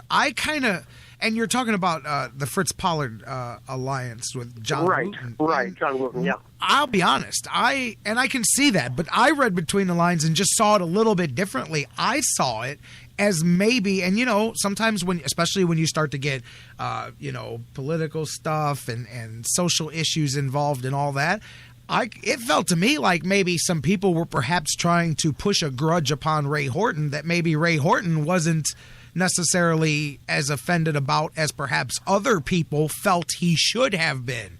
And maybe that was why. And that really is sort of the angle that the John Wooten's organization kind of ideologically is always coming at. Absolutely. That they feel that there should be more minorities hired and they should be given more and better consideration and they should get more jobs, not because necessarily they're the best coach, but because the NFL needs more black coaches. And, while that might be an admirable goal, you can't put words in other people's mouths and feelings in other people's heads, that maybe not be there, or like you say, may not be there to the extent that you'd like them to be there. And that's kind of the feeling that I got, was that maybe it was more like, that's why Ray Horton came out so quick and said, hey, whoa, slow down. This is not speaking for me, because... Or at the very least, Ray Horton saying, hey, don't take away my leverage. Well, that's it, and you're absolutely right. That's taking key. me out of consideration for the Titans stuff. That's key, But the fact that he brought up actual active negotiations to extend a contract, that's a little bit different than I'm just going to lay low for a few days and get released from my contract here, and we just don't want this to be a big PR thing. I mean, clearly, as you said, he's in a catbird seat because he can get, the job that he wants, and perhaps he's not interested in packing up and moving back to Cleveland 2 years after he left Cleveland and went to Tennessee. Maybe he's using Cleveland as leverage, or maybe it is the other way around. I agree with you there for sure, but the fact that he specifically brought up, at least we know if he's even interested at all in the Browns job, it must be a Hue Jackson thing. And at least he knows what it's like to be a defensive coordinator for the Cleveland Browns, and it's not ancient history. It's only 3 years old. So I mean, my only thing is that he said, we see this a lot, Dan. Guys will say, I'm still under contract, so there's really nothing else to talk about. Had he just said that, then I would think there was a lot more to the fact that he may actually be leaning towards leaving. The fact that he threw that in says, hey, man, I'm keeping this thing up in the air, but that very much leaves it open for him to go there. Plus, I was surprised because, at least in all the stuff that I read coming out of Tennessee, when they use the term insulted and all of that with Horton, is that the hiring process went exactly the way kind of everybody thought it was going to go. All the talk was that it was Mularkey's job to lose, and that, right.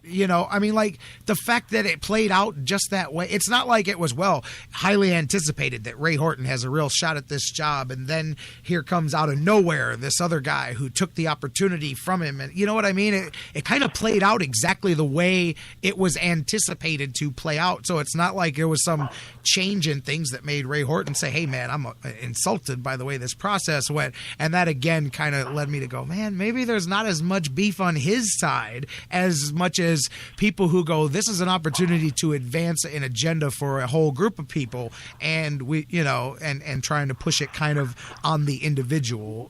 Right. And the other thing to consider too, Jerry, is that the Titans have to let him out of his contract. Right, it's a lateral move. He needs to ask the Titans to grant him a favor. And you don't insult someone, you don't badmouth the organization that you're about to ask for a favor. If he wants to join the Cleveland Browns, the way to go about being let out of your contract is not to slam the organization that you're under contract to.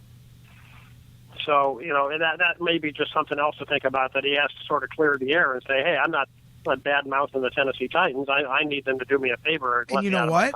There's a different angle, because that's another part out of the exact article from the Tennessean, was that apparently that permission had already been given, and the organization had already blessed him to go off and find a job with another team. So, again, I think it was clearly a informal conversation that somebody then went and spoke out of turn a bit about, and so now you're trying to put the genie back in the bottle a little bit until you get this thing sorted out. But while they're figuring that out, we know which way they're going offensively, which, by the way, has DiFilippo interviewed anywhere? I know I saw San Francisco was a place that some people had him targeted as perhaps a destination with Chip Kelly, but has he interviewed anywhere to be an offensive coordinator? I have not heard that, and I didn't hear that he was being considered to be on Chip Kelly's staff. I heard that he was initially considered as a head coach candidate for the 49ers. Oh, really? Okay. I heard offensive and I think as soon as I hired Chip Kelly, I haven't heard DiFilippo connected to the Niners since then. Well, because he came from the West Coast, there was I had read a couple of things speculating that perhaps he would be interested in a move back to the West Coast, especially if it washed out for him. And speaking of the Brown staff, and after you and Bruce here we go, Mr. Tabor, I did a little checking. Am I wrong? Is he awful? Am I wrong? I don't know how awful. For all the Browns' troubles, I'm reading from an AP report here from the 15th, announcing that Hue Jackson is retaining him. For all the Browns' troubles over the past few seasons, Tabor's special teams unit has been among the league's best. Under Tabor, the Browns lead the league in punt return average in the last 5 seasons, the 5 seasons he's been here. They've averaged 11.3 yards on punt returns, which is the best in the NFL. In 2015, they were 4th in punt return average in the NFL, fifth in kickoff return yards and fifth in total kick return yards. You know why though? Because they took so many kickoffs. In other words, so if you're gonna can him, and like you say, they also go on to say that he's put Josh Cribbs, Phil Dawson, and Johnson Batamosi in the Pro Bowl. Well, disagree. So he didn't kick a single field goal for Phil Dawson, as far as I know. Right. But he also wasn't on the field to see 4 Coons field goals blocked this year either. The only 4 field goals, by the way, that Coons missed all year. So you've got to say that the rookie kicker for the Browns was, on balance, a very positive development this season, and that they were 4-5 in the 2 kick return categories out of 32 teams. So if you're gonna fire him, know what you're gonna get, and know that you're gonna have a better guy come in who's gonna do better than that. So I guess maybe some of the complaints about Tabor's performance might be a little exaggerated. Okay, let me jump in there though. Because I've got that same press release in front of me as you. One of my problems with it is that in only one of those stats are you talking about average. Of course, the Browns were at the top of the league in kickoff return yards and kick return yards and punt return yards, kick returns, because they gave up so many points that they kept constantly returning kickoffs. I mean, when you lead the league in returning kickoffs, you're going to have a pretty high ranking in returning yards as well. I'm bringing it up right now as we speak because I want to see the chart for the last 5 seasons, because while some of those statistics look good, I'm willing to bet, if you look at them, that they are trending downwards from the beginning. I really believe that the first couple years of Tabor looked good because he was carrying over what was already in place, and that the special teams have been worse as the last couple seasons have gone. I don't agree about the return game. I think the Browns they've had a few returns that have helped, and everything else has been ineffectual in the return game for the Browns. And on the other side, they're even worse. Regardless of what you want to show me about returning yards, they're awful a lot of times in covering other. How many times did the Browns get gashed in special teams when they needed it the least? But that's across the team, tackling issues. That's always been a problem. So I mean, I'm not trying to blast the guy. As you said, he had a rookie kicker here this season who made all of his field goals that didn't get blocked, but. And some of that got in the kid's head. He had 5 kicks blocked at the end of the season. But, I mean, his first kicker was Phil Dawson. His first returner was Josh Cribbs. And so, again, I don't give him credit for those guys' success. I mean, yeah, sure. Nobody does it without talent. And, he had, your punt return average has helped an awful lot when Travis Benjamin returns a couple for touchdowns. You bump your average up quite a bit. But again, coach gets some credit for the returns for touchdowns also. Yeah, absolutely. They have definitely been able to do that. I'm trying to see. This doesn't give me the right stats that I wanted here. I was trying to. I just kind of wanted to throw that out. It was just a quickie thing, and I looked up, and okay, here's some numbers that look respectable. And like you say, they don't say, and I didn't even notice it until I reread it after you said that they were 5th in kickoff return yards, and not necessarily kickoff return yards average, right? That's natural. Yeah, teams scored a whole bucket load of touchdowns against them, so they returned a lot of kicks.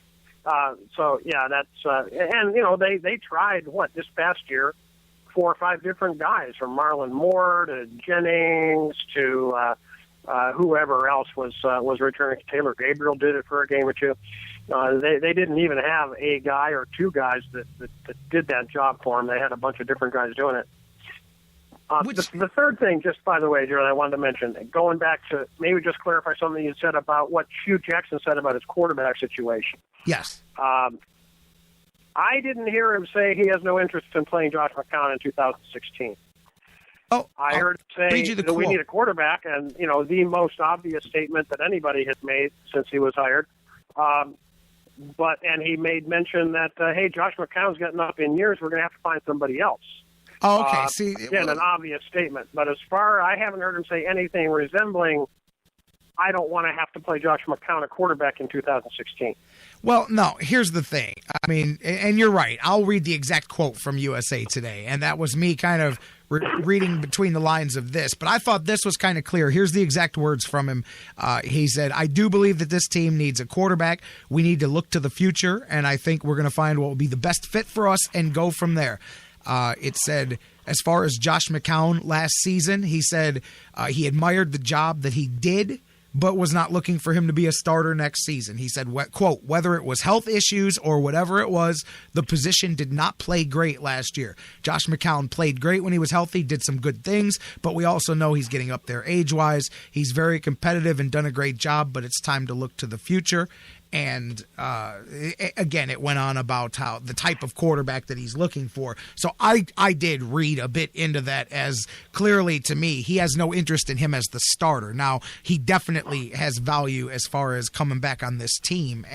But I mean, that made it clear to me that I think rather than waste a year or two, he's looking to find somebody and start working on finding that guy. If this isn't the right guy, then we'll find somebody else. But that's what I. Right. But I mean, that was pretty close to. It is my hope that if he drafts Jared Goff or Mr. Lynch at number 2, that guy, whichever guy it is, isn't starting game 1 next September. You would think that would be a huge mistake. I would think he would be resistant to that idea. But at the same time, you'll have guys, and I mean, I'm sure you'll get it too, that'll say, well, hey, Oakland threw Derek Carr out there, and Jacksonville threw Blake Bortles out there, and these guys stunk, and they went through miserable first parts of their seasons, but they learn, and I get that, and part of me understands that to a point, but it's got to be a guy who's like, you could have never done that with Manziel, and people don't realize that he was so developmentally not at that level. Plain and simple, he couldn't read a playbook. You could have never. I don't care if the organization said, Mike Pettin, you play him on the first day or you're fired. Well, then we would have been in trouble because that kid would have never been able to. I think Bortles and Carr, they were perhaps obviously a bit more developed as far as their pro potential, so you could do that. If you've got the right guy, I'm not 100% against that if he's your guy. Now, we're not just trying somebody, but if you draft the guy and say, hey, for the next 3 years, we're putting everything we got into this guy, I'm not 100% against throwing him out there from day one if he is able to handle the job from the mental standpoint and then learn as he goes. So, there are some guys that's the right way to go. Yeah, that's true. And if it's Goff, for example, and some people, not just Cleveland people who are desperate to find the quarterback, but people who are talent evaluators without Cleveland ties, have Jared Goff as a legitimate top 5 pick in this draft and the number 1 quarterback in this draft. He goes to Cal Berkeley. He's not a dumb guy. And while he's a little bit slight of build, and we have 2 months to get into talking about NFL quarterbacks and who the Browns might take at 2 or at 32. But he's out of Cal, so we know that he has the mental capacity you would think. And I went back, by the way, and watched the full game of Cal Air Force where Goff threw 6 touchdowns just a few weeks ago. And he's got an unbelievable arm, let's put it that way. He's got an NFL arm all the way. If you can keep his 215-pound body in one piece, that's my only worry about him. He's a little bit skinny. What's just like right now, obviously we've got weeks to talk ourselves up and down the draft boards. I mean, if the Browns were to go that direction, quarterback early, where would you want them to go? Well, most people say, I think Cook has kind of played himself out of the top 10. I think so. In the last couple games. Goff or Lynch, I mean, obviously the deal with Lynch is that he's big. He's Ben Roethlisberger big, 6'7", 250, big-time arm. He also looked very shaky in his bowl game, and you can't put it on one game. He also played at a lesser level of competition than Jared Goff did. I don't think anybody's got the arm accuracy and strength of Jared Goff. I'd have to go Goff right now. If I'm going to go quarterback at 2, I think I'm going to get the kid from California. Maybe that would even help him talk Mitchell Schwartz and Alex Mack into there, and they're both Cal guys. No, I'm with you. Everybody's on Lynch because of the size, but I think Goff has the arm, man. And go check out those Air Force game highlights, that bowl game highlights. It was spectacular. Some of the throws he made and just the way he spins the ball. But you can get romanced by that. I like the fact too of the fact that he is a Cal kid, and so he's got some smarts. A lot of draft talk coming here. A lot of quarterback talk coming here. It'll be interesting, man. I'm with it. I go back to that's what Hue Jackson has kind of been known for all along the way. If you look at what he did. Tutoring Joe Flacco. Jason Campbell. Jason Campbell is the most impressive to me. Jason Campbell is the most impressive to me, though. Joe Flacco, look at the talent. Look at the skill set you got. That's a guy that had real pro potential. Carson Palmer, you mentioned. But you look at Jason Campbell, a middle-of-the-road guy, never considered, they tried him in Washington. We tried him a little in Cleveland. Everybody gave him shots, Cincinnati. And look, he got him back to Cincinnati for a reason. He knew that he could do something with Jason Campbell because they had success before. But under Hue Jackson, Jason Campbell resembled a quarterback with a truckload of potential during that season that they had there. So that's taken a guy who's not looked at as a franchise-type quarterback just off the rip. He had a good season with him, too. That leads me to believe that he can work with a lot of different quarterbacks, a lot of different mentalities, different skill sets, but developing the quarterback. More than his offensive thinking, more than his fieriness, that is the thing that I like the most, because not one coach we've had here. I've liked some of them for discipline. I've liked some of them for attitude. I didn't like some of them for a lot of things, but I've never liked any of them for their ability to develop a quarterback, because we have not had one yet. I don't even know that we've had one yet that has the ability to develop a quarterback, man. And this is the first guy that I think really does. And so that I think has it also, what you also see in the Browns' selections of quarterbacks since 1999, what we also have not seen in Brady Quinn, Colt McCoy, Charlie Fry, you name it, all the other 22 guys. We have not seen a guy come in here, fail to be developed by the Cleveland Browns staff, and then go on to great NFL success somewhere else. Right. So in other words, it hasn't been the lack of development. It's been picking the wrong guy. Guessing wrong on your selection. So I guess Hue Jackson, he sits down, he says to Paul DePodesta and Sashi Brown and the Brown scouting department, hey, man, if you get me the right guy, I'll make a good quarterback out of him. You can add, by the way, A.J. McCarron to that list of people that have really kind of done well and looked good after having been tutored by Hue Jackson. I thought McCarron really was a little bit of a sleeper when he came out of Alabama, but obviously had played in the big-time program and got good coaching there. But he's looked very good, I thought, in the games he's played, limited experience as an NFL quarterback. Made some very nice throws, looks good doing it, and has been impressive in his little brief trial here in Cincy. You're listening to the Sports Fix. Dan Wismar, J-Rocc. We're talking a little bit about the Browns here. We've been talking about Hue Jackson and quarterbacks and all of that stuff. As here we go again, another offseason with the Browns and a rebuild. Hopefully, though, this one has a legit opportunity to stick, man. And hey, we'll talk some more next week when we get you back on here. We'll talk a little bit more about the Browns. When perhaps we'll have an answer to the Ray Horton question. Perhaps we'll see where they're going with some more coaches. But we've talked about football on the NFL side. We've talked a little bit about the Browns. Before I get into asking you about the Cavs and the Warriors tonight, I got to talk some Buckeyes. And Buckeyes on the football field today was a big day recruiting-wise. A lot of people look into this, and I've been trying to kind of keep my eyes open as we go through. Looks like, if I'm correct about this, Benjamin Victor committed to the Buckeyes today earlier in the show, the wide receiver prospect. Talk to me a bit about the Buckeyes here on a big day recruiting-wise. Well, I think there's just been sort of information leaking out here over the last 24 hours that a couple of kids that were in Maryland commit. First of all, talk about Benjamin Victor. Ben Victor is I think he's rated the number 9 wide receiver in the country. He's a Florida kid. He's 6'4", 180. He's a big, tall rangy kid, who they've been in on for a long time, and I think it came down to Tennessee and West Virginia and a couple and Florida really is the programs the Buckeyes were competing with. But they've already added one receiver in this class, a kid named Austin Mack out of Indiana, who's played in the All-Star game over the weekend, and they wanted to add at least one more wideout, so they have now done that. He committed today at noon. The big name is Dwayne Haskins coming up here. Dwayne Haskins is a 4-star quarterback prospect out of Maryland.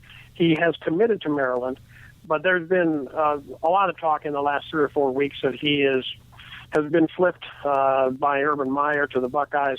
A lot of people were trying to pair him up with an outside linebacker named Keandre Jones, who is a kid that also was a Maryland commit that just last night was rumored to have flipped to the Buckeyes. And he has not made an announcement yet, but it is about the worst-kept secret in Buckeye recruiting circles right now that Keandre Jones, the outside linebacker, is going to be a Buckeye and will decommit from Maryland and be in this 16 class for Ohio State.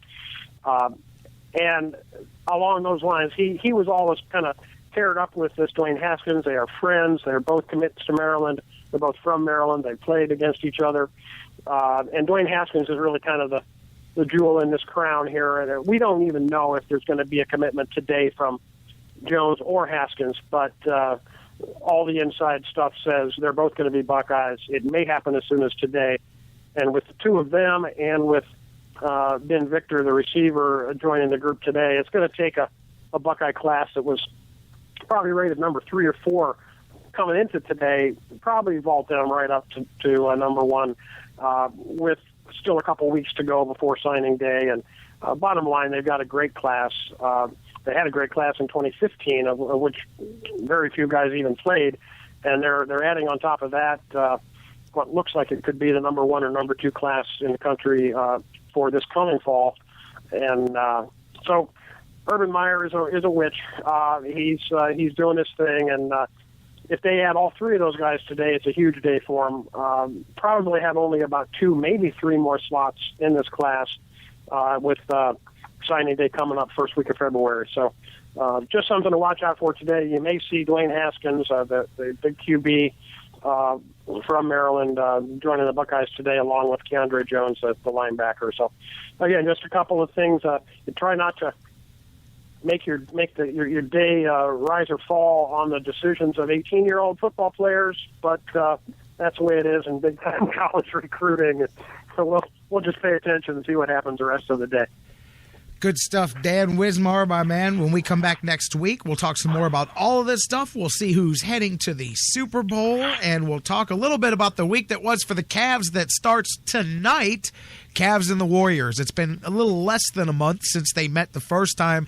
Cavs, they're a completely different team in many ways because they're obviously back to full strength, and they've really begun to play together as a team. I don't know if you heard at the beginning, but they lost that game to the Spurs, which was a tough loss, especially when they jumped out so early and then choked it up. And a great game either way. And the Cavs, I think, hopefully learned some lessons from that in how you got to play against the Spurs for 48 minutes. But I loved how the next night, a lot of times at the end of a trip like that, a team is already back on the plane before the game's over.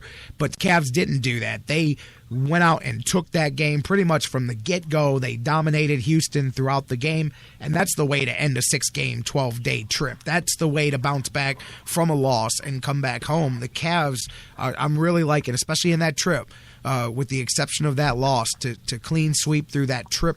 That's very hard to do, and it's definitely shown some growth already. And the Cavs still have 3 more months to grow together before they hit the playoffs. They're far from a finished product, but I like the way they ended that trip. No doubt. I watched that whole Houston game, and I like nothing better than to see James Harden take the collar like he did that night. He did too. And they were running the second guy at him all night too. I mean, they were going to make somebody else beat him that night, and it worked to perfection. I think he was 1 of 9 from the floor in that game, and it was just did my heart good. Put him on the line, and he made 8 free throws or something, but 1 of 9, I believe, was his shooting for the night. I think he made his very first shot and didn't make another one the entire game. But yeah, you're right. The Cavs fell behind early, 13-4 or something, and then just from that point on, just took over and really just kept their boot on the neck of the Rockets right down the stretch and one going away. You're right. It's just sometimes tough to pick yourself back up, especially when you haven't done your laundry for 2 weeks. You know, you've basically been on the road for 2 weeks, and it starts to grind on you. The other thing, the caveat for tonight, of course, is sometimes when you have a road trip like that, your first game back home tends to be a little bit of a letdown. But I don't think there's much chance of that happening with the emotion that's going to be riding through that arena tonight. We talked about it before, how the Cavs really played so poorly when they were down there, when they were out at Golden State on Christmas Day. They just did not play well. They just weren't clicking, and did not shooting well, and just in general played a very, very lackluster game, and still ended up losing by 6 points. Couldn't have played much worse. I expect them to turn it around. I expect them to win tonight, and hopefully convincingly, like they did last year. They won by, I think, 12 points when they had the Warriors in town a year ago. Yep, absolutely. But it's going to be fun. It's got an electric atmosphere, and they're going to want to hang one on these guys. And of course, the Warriors have now lost 2 out of their last 3, and so they're not exactly playing at the top of their game, and they'll be jacked up too. But I got a feeling that the Q crack. By the way, and we talked last week too, Jerry, about really realistically, let's face it, there's only 3 teams that can win the NBA title right now. and we know who they are. I read yesterday that those 3 teams, Spurs, Warriors. Did you read? Cavs, I know what you're going to say. I know the stat you're about to say. They're 57-1 at home. Yes, 57-1 at home. The Cavs, the only one. The Cavs have the only loss. So that was what the Wizards beat them. The only on their loss. home floor early in the year. The only home loss are either of those 3 teams. Pretty remarkable. And I expect that record to hold up tonight. So it'll be fun to watch. Think about that, guys. If you missed the stat, Spurs, Warriors, Cavs, 57-1 this season on their home floor. That's what the great teams do. The great teams hardly lose on the road and don't lose at home. And and those are 3 head and shoulders by far. What do you think? If you had to pick now, halfway through the season, Spurs or Warriors, who would you give the edge to in a 7-game series? I think the Spurs. That's what I'm saying, man.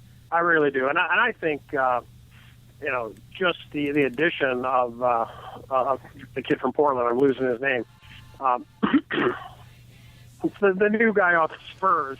I can't think of his name. The LaMarcus Aldridge. Aldridge. Yeah. LaMarcus Aldridge. The name Huge. was drawing a blank on his name. He puts them over the top. He puts them into some territory where they're just an elite team with him. Yep. Add to their other big 3. Plus, Kawhi Leonard is playing in the stratosphere now. He was an afterthought on the team even a year ago. I mean, he helped him out, but he wasn't a big time star. Well, he's a big time star now. Throw that onto the Ginobili, Tony Parker, the core of people that they had before. So add Aldridge and a rising star in Leonard. I just think they look like an elite team that will have. And they're what? As hot as the Warriors start has been, the Spurs are like a game and a half behind. The Spurs are, right there. Nobody talked about it. One fewer wins and 2 more losses, I think, is what it is. And right on their heels, and could be within a game after tonight. Right. Nobody talked about them. That's what I was saying earlier in the show. Like, they're just right behind the Warriors. Everybody's like, oh, the Warriors are going on this incredible run, and the Spurs were only a game back in the loss column or whatever for that whole run there. David West, too. But you know what? You mentioned Leonard. To me, it's not just recently. He emerged to me 2 years ago in the finals against the Heat, the last finals before LeBron came back home. Right. He really became the defensive guy. Now his game is just overall just amazing. I'll throw my little video game dork side out there a little bit. The team that I hate to play the most in NBA 2K is the Spurs, because Kawhi Leonard can shut down any player on the game defensively. I mean, he has amazing individual defensive skills, and I'm joking when I refer to a video game, but it just shows you the respect had for him, and his game is sick on the defense. That's why in the finals, if it came down to the Cavs and the Spurs, I mean, this is why you have to have a deep team, and this is why you got to have Kevin Love Love and Kyrie Irving able to pick up the offensive slack, because Kawhi Leonard plays LeBron James defensively as good as anybody in basketball, especially when you get into a series where you're seeing each other every day for 5, 6, 7 straight games. Kawhi Leonard is probably one of the best when it comes to defending LeBron, so that's why Kevin Love's going to be huge, and Kyrie and the depth of this team and all of that. And the Cavs got some work to do, as they I think they're closer to the Warriors than they are the Spurs right now, based on their first meeting against each of those teams so far this season. And they've still got a lot of time to get there. It's going to be a lot of fun come playoff time. And luckily, we don't have to go through both of them. They've got to go through each other. Cavs only have to beat one of them. So at least we've got right. that And the Cavs really have, in the last couple of weeks, kind of pulled away from the East a little bit. The Bulls are right on their heels now. I think the closest team now is Toronto is about 4.5 games back. And just not only a couple of weeks ago, the Bulls were within a couple of games, and they were hot. They've taken a little bit of a dip, and Cavs have opened up some space on the rest of the East. I mean, the Bulls got Jimmy Butler. He was carrying them there for me. He had a 53-point game the other day. The other night, yeah. But then crazy. He followed it up with a 4-point night the next night. Like, he just was the exact opposite. But yeah, and he had that 40-point half 2 weeks ago, and erased Jordan's record for most points in the second half for a Bulls game. Jimmy Butler has that ability to light a team up in the playoffs. That's the one thing you worry about, is because one guy can get hot and ruin your whole game plan. Although I don't think anybody in the East is going to hold back the Cavs in a 7-game series. Dan, should be a fun week between basketball, football this weekend, and all the stuff in between. So you and I are going to have some fun next Monday when we do this again. That sounds good, J-Rocc. You have a good week, sir. You got it. My man, Dan Wismar. Follow him. EverybodyHatesCleveland.com. Make sure you check out all of his articles. We're going to take our final break of the day. When we come back, we're going to wrap things up here.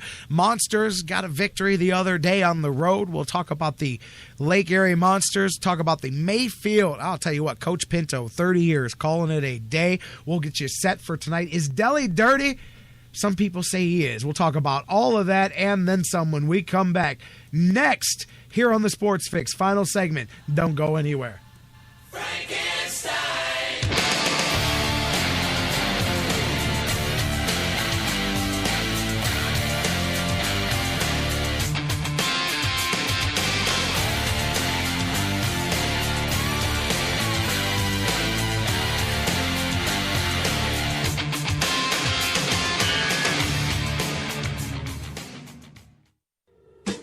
The Sports Fix, your choice for intelligent talk. That was wonderful. Bravo! I loved that. Oh, it was great. Intelligent talk. Well, it was pretty good. Well, it wasn't bad. Well, there were parts of it that weren't very good, though. It could have been a lot better. I didn't really like it. These guys must be on the wrong station. It was pretty terrible. It was bad. It was awful. It was terrible. Get them away. Hey, boo! Boo! The Sports Fix. Portions of the Sports Fix brought to you by Harry Buffalo. Harry Buffalo, join the herd. Football season is party season at Harry Buffalo North Olmsted. And no matter who you root for, everyone wins at Harry Buffalo. Every Saturday is Coors Light College Football Saturday with $6 pitchers, 4 bottles for $10, and the Buckeyes in full HD. Every Sunday, all the Browns action with Bud Light beer specials and $10 hair of the dog pitchers. Hey, baby, let's go out there like a bunch of crazy dogs. Have some fun. Plus, every Monday night, catch the Monday Night Football action with some of your favorite Browns players. Football season is most definitely party season, and your headquarters is Harry Buffalo North Olmsted all winter long. Harry Buffalo, join the herd. Hey, everybody, listen up. Listen up, guys. Hey, guys, listen up. No one should ever hit a woman. Not their wife, not their girlfriend, not their date. No woman should have to fear violence. Especially not from someone they know and trust. But that's the reality for too many women. We have to change it. It's up to each of us, because even one is too many. Violence against women hurts all of us. Growing up, I was ashamed and afraid of my father when he abused my mom. The worst abuse of power is when a man raises his hand to hurt a woman. We all have to take responsibility. So if you see someone threatening a woman, step up, speak out, and get help. Dating violence hurts all of us. So step up and help end it. Because one is too many. One is too many. One is too many. One is too many. End the violence. Because it's wrong. Because one is too many. time now. It's all city. We got to do it for them, dog. We got to do it for Cleveland. They're waiting on us. Define what we're about. Let's get it going.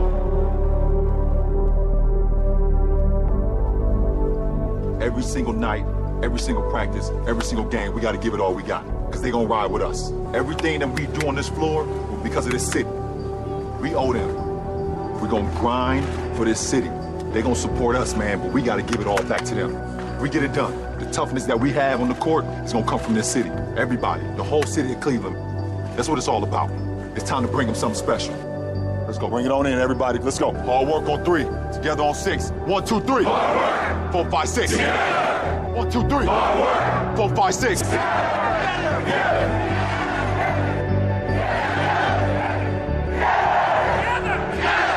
It's all us. Cleveland on 3. 1, 2, 3.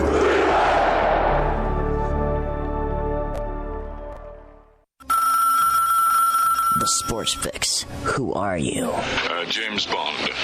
Good evening, Mr. Bond. I've been expecting your call. Allow me to introduce you to my little friend, the hold button. This is why Yoda only handles the phone calls on the Sports Fix. Please call him or we are doomed.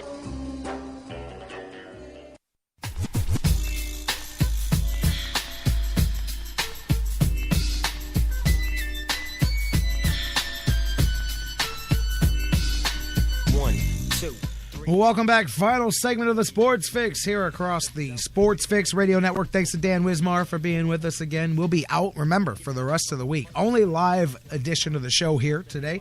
We will be back Monday, the 25th. Actually, I've got a busy Monday next week. I'll be doing the Sports Fix here. I've got an evening interview for the wrestling. This is awesome.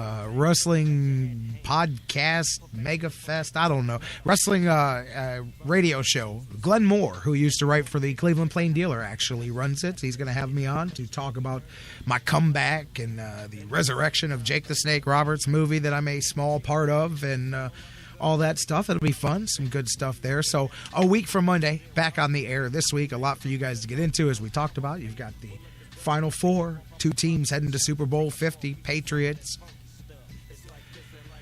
Tom Brady. Manning. The Denver Broncos going at it once again. That'll be interesting. I think the Patriots have that one locked down. The other side, much more intriguing of a matchup. You've got the Panthers and the Cardinals. I'm sticking with the Cardinals. We'll see if they can go on the road and get it done. Home field, home court always means so much. Cavs are back on the home court here tonight as they take on the Warriors. I was looking too, by the way, Dan was just talking about here a couple of things to wrap back up with the Cavs and the Warriors tonight. Cavs have sort of begun to pull away in the Central. They've opened up a 6-game lead right now over Chicago. Cavs 28-10 leading the way. At home, they lead the Eastern Conference with a 15-1 home record as they've really established some dominance on the home floor. Just 13-9 on the road compared to, and again, that's the formula. Play better than 500 on the road, you win them all at home. Chicago second place in the division, 23-16, as they've fallen off just a bit from the pace that they were on. Cavs and the Warriors tonight. Cavs and the Warriors, since they played each other on Christmas, Cavs 9-2, Warriors 9-3 since that night, and they've lost 2 of their last 3. Tough one to the Nuggets the other day. I saw the tail end of that one. They were down a lot, came back and only lost by 2, I believe, in that one. But we'll see. Both teams coming in tonight relatively healthy, from at least from where they were on Christmas. Harrison Barnes has healed up a bit for the Warriors.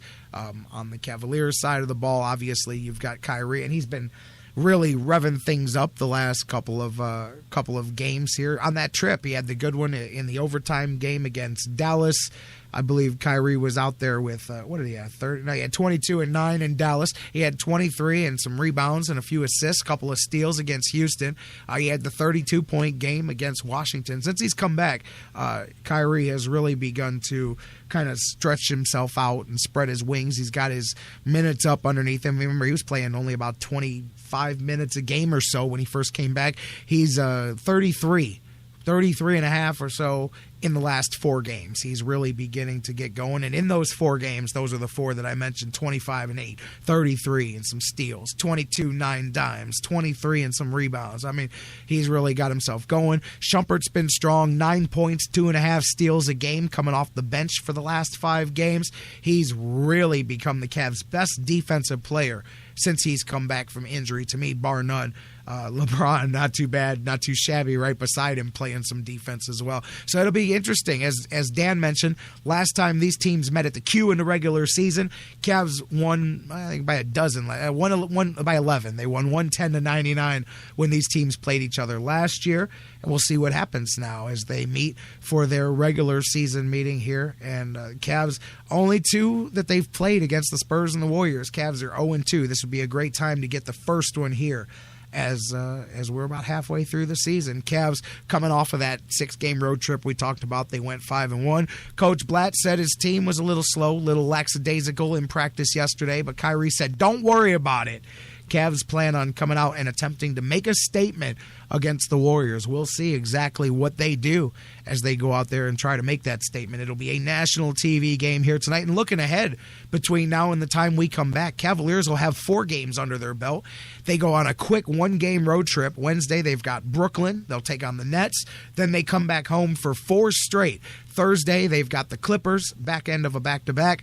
Saturday, the aforementioned Bulls, Jimmy Butler and those guys will come into the queue. Monday, a week from today, when we're back here, we'll see how the Cavs failed. And there's 3 tough challenges in there. You've got Brooklyn, which is a wash, but Golden State, Los Angeles, Chicago. Those are 3 good challenges for the Cavs in the next week. They'll have the Timberwolves at the Q a week from today, so a lot of basketball for us to talk about as the Cavaliers get through this next week with 3 good tests to come, and the biggest one is tonight against the Golden State Warriors. Something I saw, I mentioned it earlier on the way out, I wanted to bring this up, is Matthew Dellavedova the NBA's dirtiest player? I think this is ridiculous.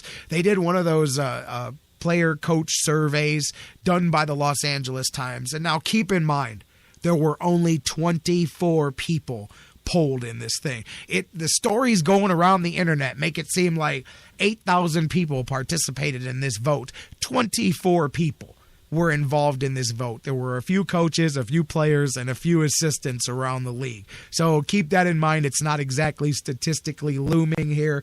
But Matthew Dellavedova, out of 24 votes, was given the most for the dirtiest player in the NBA with 13.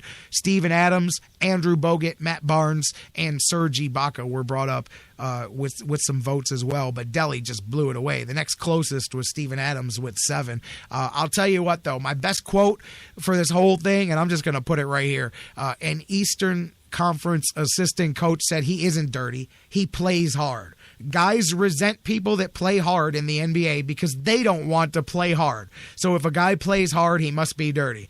Delly's not dirty. He just plays hard. People question the play against Corver in the playoffs. That was poor judgment. His stuff isn't intentional. It's not like John Stockton, where John Stockton was calculated. And this is a quote. This isn't me. But Dellavedova is a quality backup point guard who's accidentally dirty because he works so hard. And I would agree with that. I think that he makes people look bad because guys don't want to hit the dirt. Guys don't want to. He's a little bit, by the way, just speaking of guys looking bad, this has nothing to do with basketball. But yesterday, I was watching the games. And during the, I believe it was the Seahawks game, they did a close-up on one of the defenders, and he had this big, thick rope. I don't want to say big, thick. It's not like LL Cool J in the 80s, but he had this big gold necklace going around his neck, and you could see it under the jersey. And, I mean, look, I'm sure guys have their own things that they do, but that wasn't like a lucky charm. That was like a big old gold necklace around his neck under the jersey. And I'm thinking, man, you're playing football.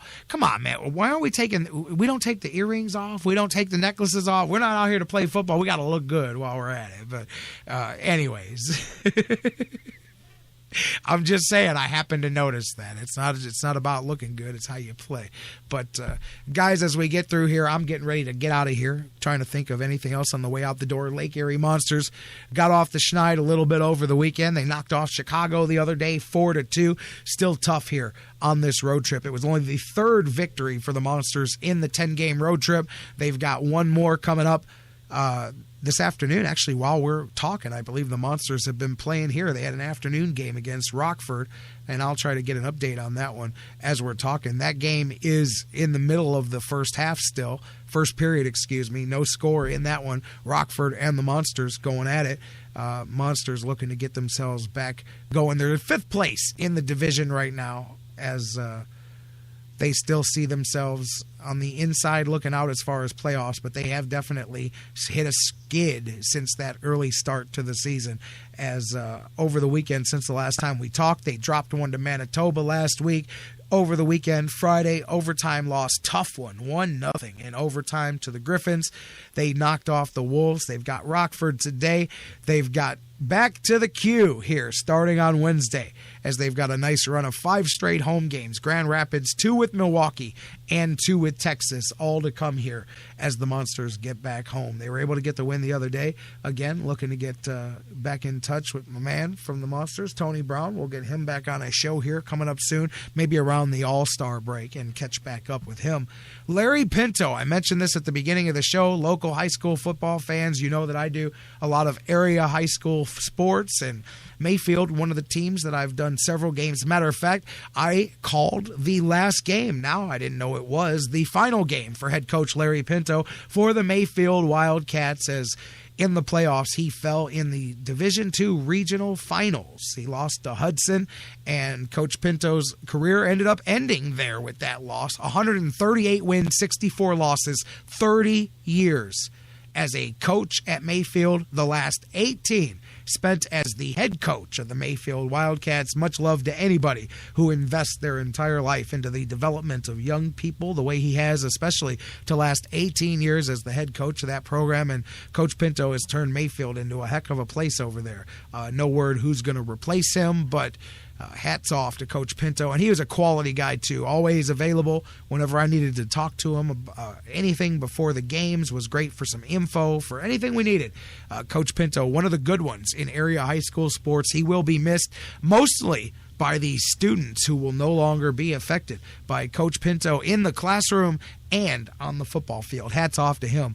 Class act there, calling it a career after 30 years coaching for the Mayfield Wildcats. Guys, we're going to call it a day after about 2 hours and 15 minutes of doing the Sports Fix today. We're going to call it the end of the week. We've got a ton of things to get into this week. We will be back here, of course, a week from today. Next Monday, Dan Wismar will be back in the house. We'll talk about all the latest with the Cavs. They've got 4 games to talk about here over the next week. The Final 4, I'm sticking with the Patriots and the Cardinals in Super Bowl 50. Will I be right? We'll find out on Monday. We got a lot to do, a lot to get into, and I can't wait to do it with you. Enjoy the week, you guys. Catch me on the radio waves this week. Tuesday night, if you're listening live, I'm on the airwaves with the Brush Squad heading to North. I'll be at Eastlake North High School for that one. And I'm on the air as well Friday for WINT's Game of the Week on 1330 a.m. WINTradio.com as Kenston visits South High School. So I've got the North Rangers on Tuesday at home, the South Rebels on Friday at home, both of which can be heard on 1330 a.m. WINTradio.com. You can hear me again next Monday live right here. Same bat time, same bat channel, noon. Across the Sports Fix Radio Network. We love you, Cleveland, and beyond. And we'll see you Monday, baby, right here, back on The Fix.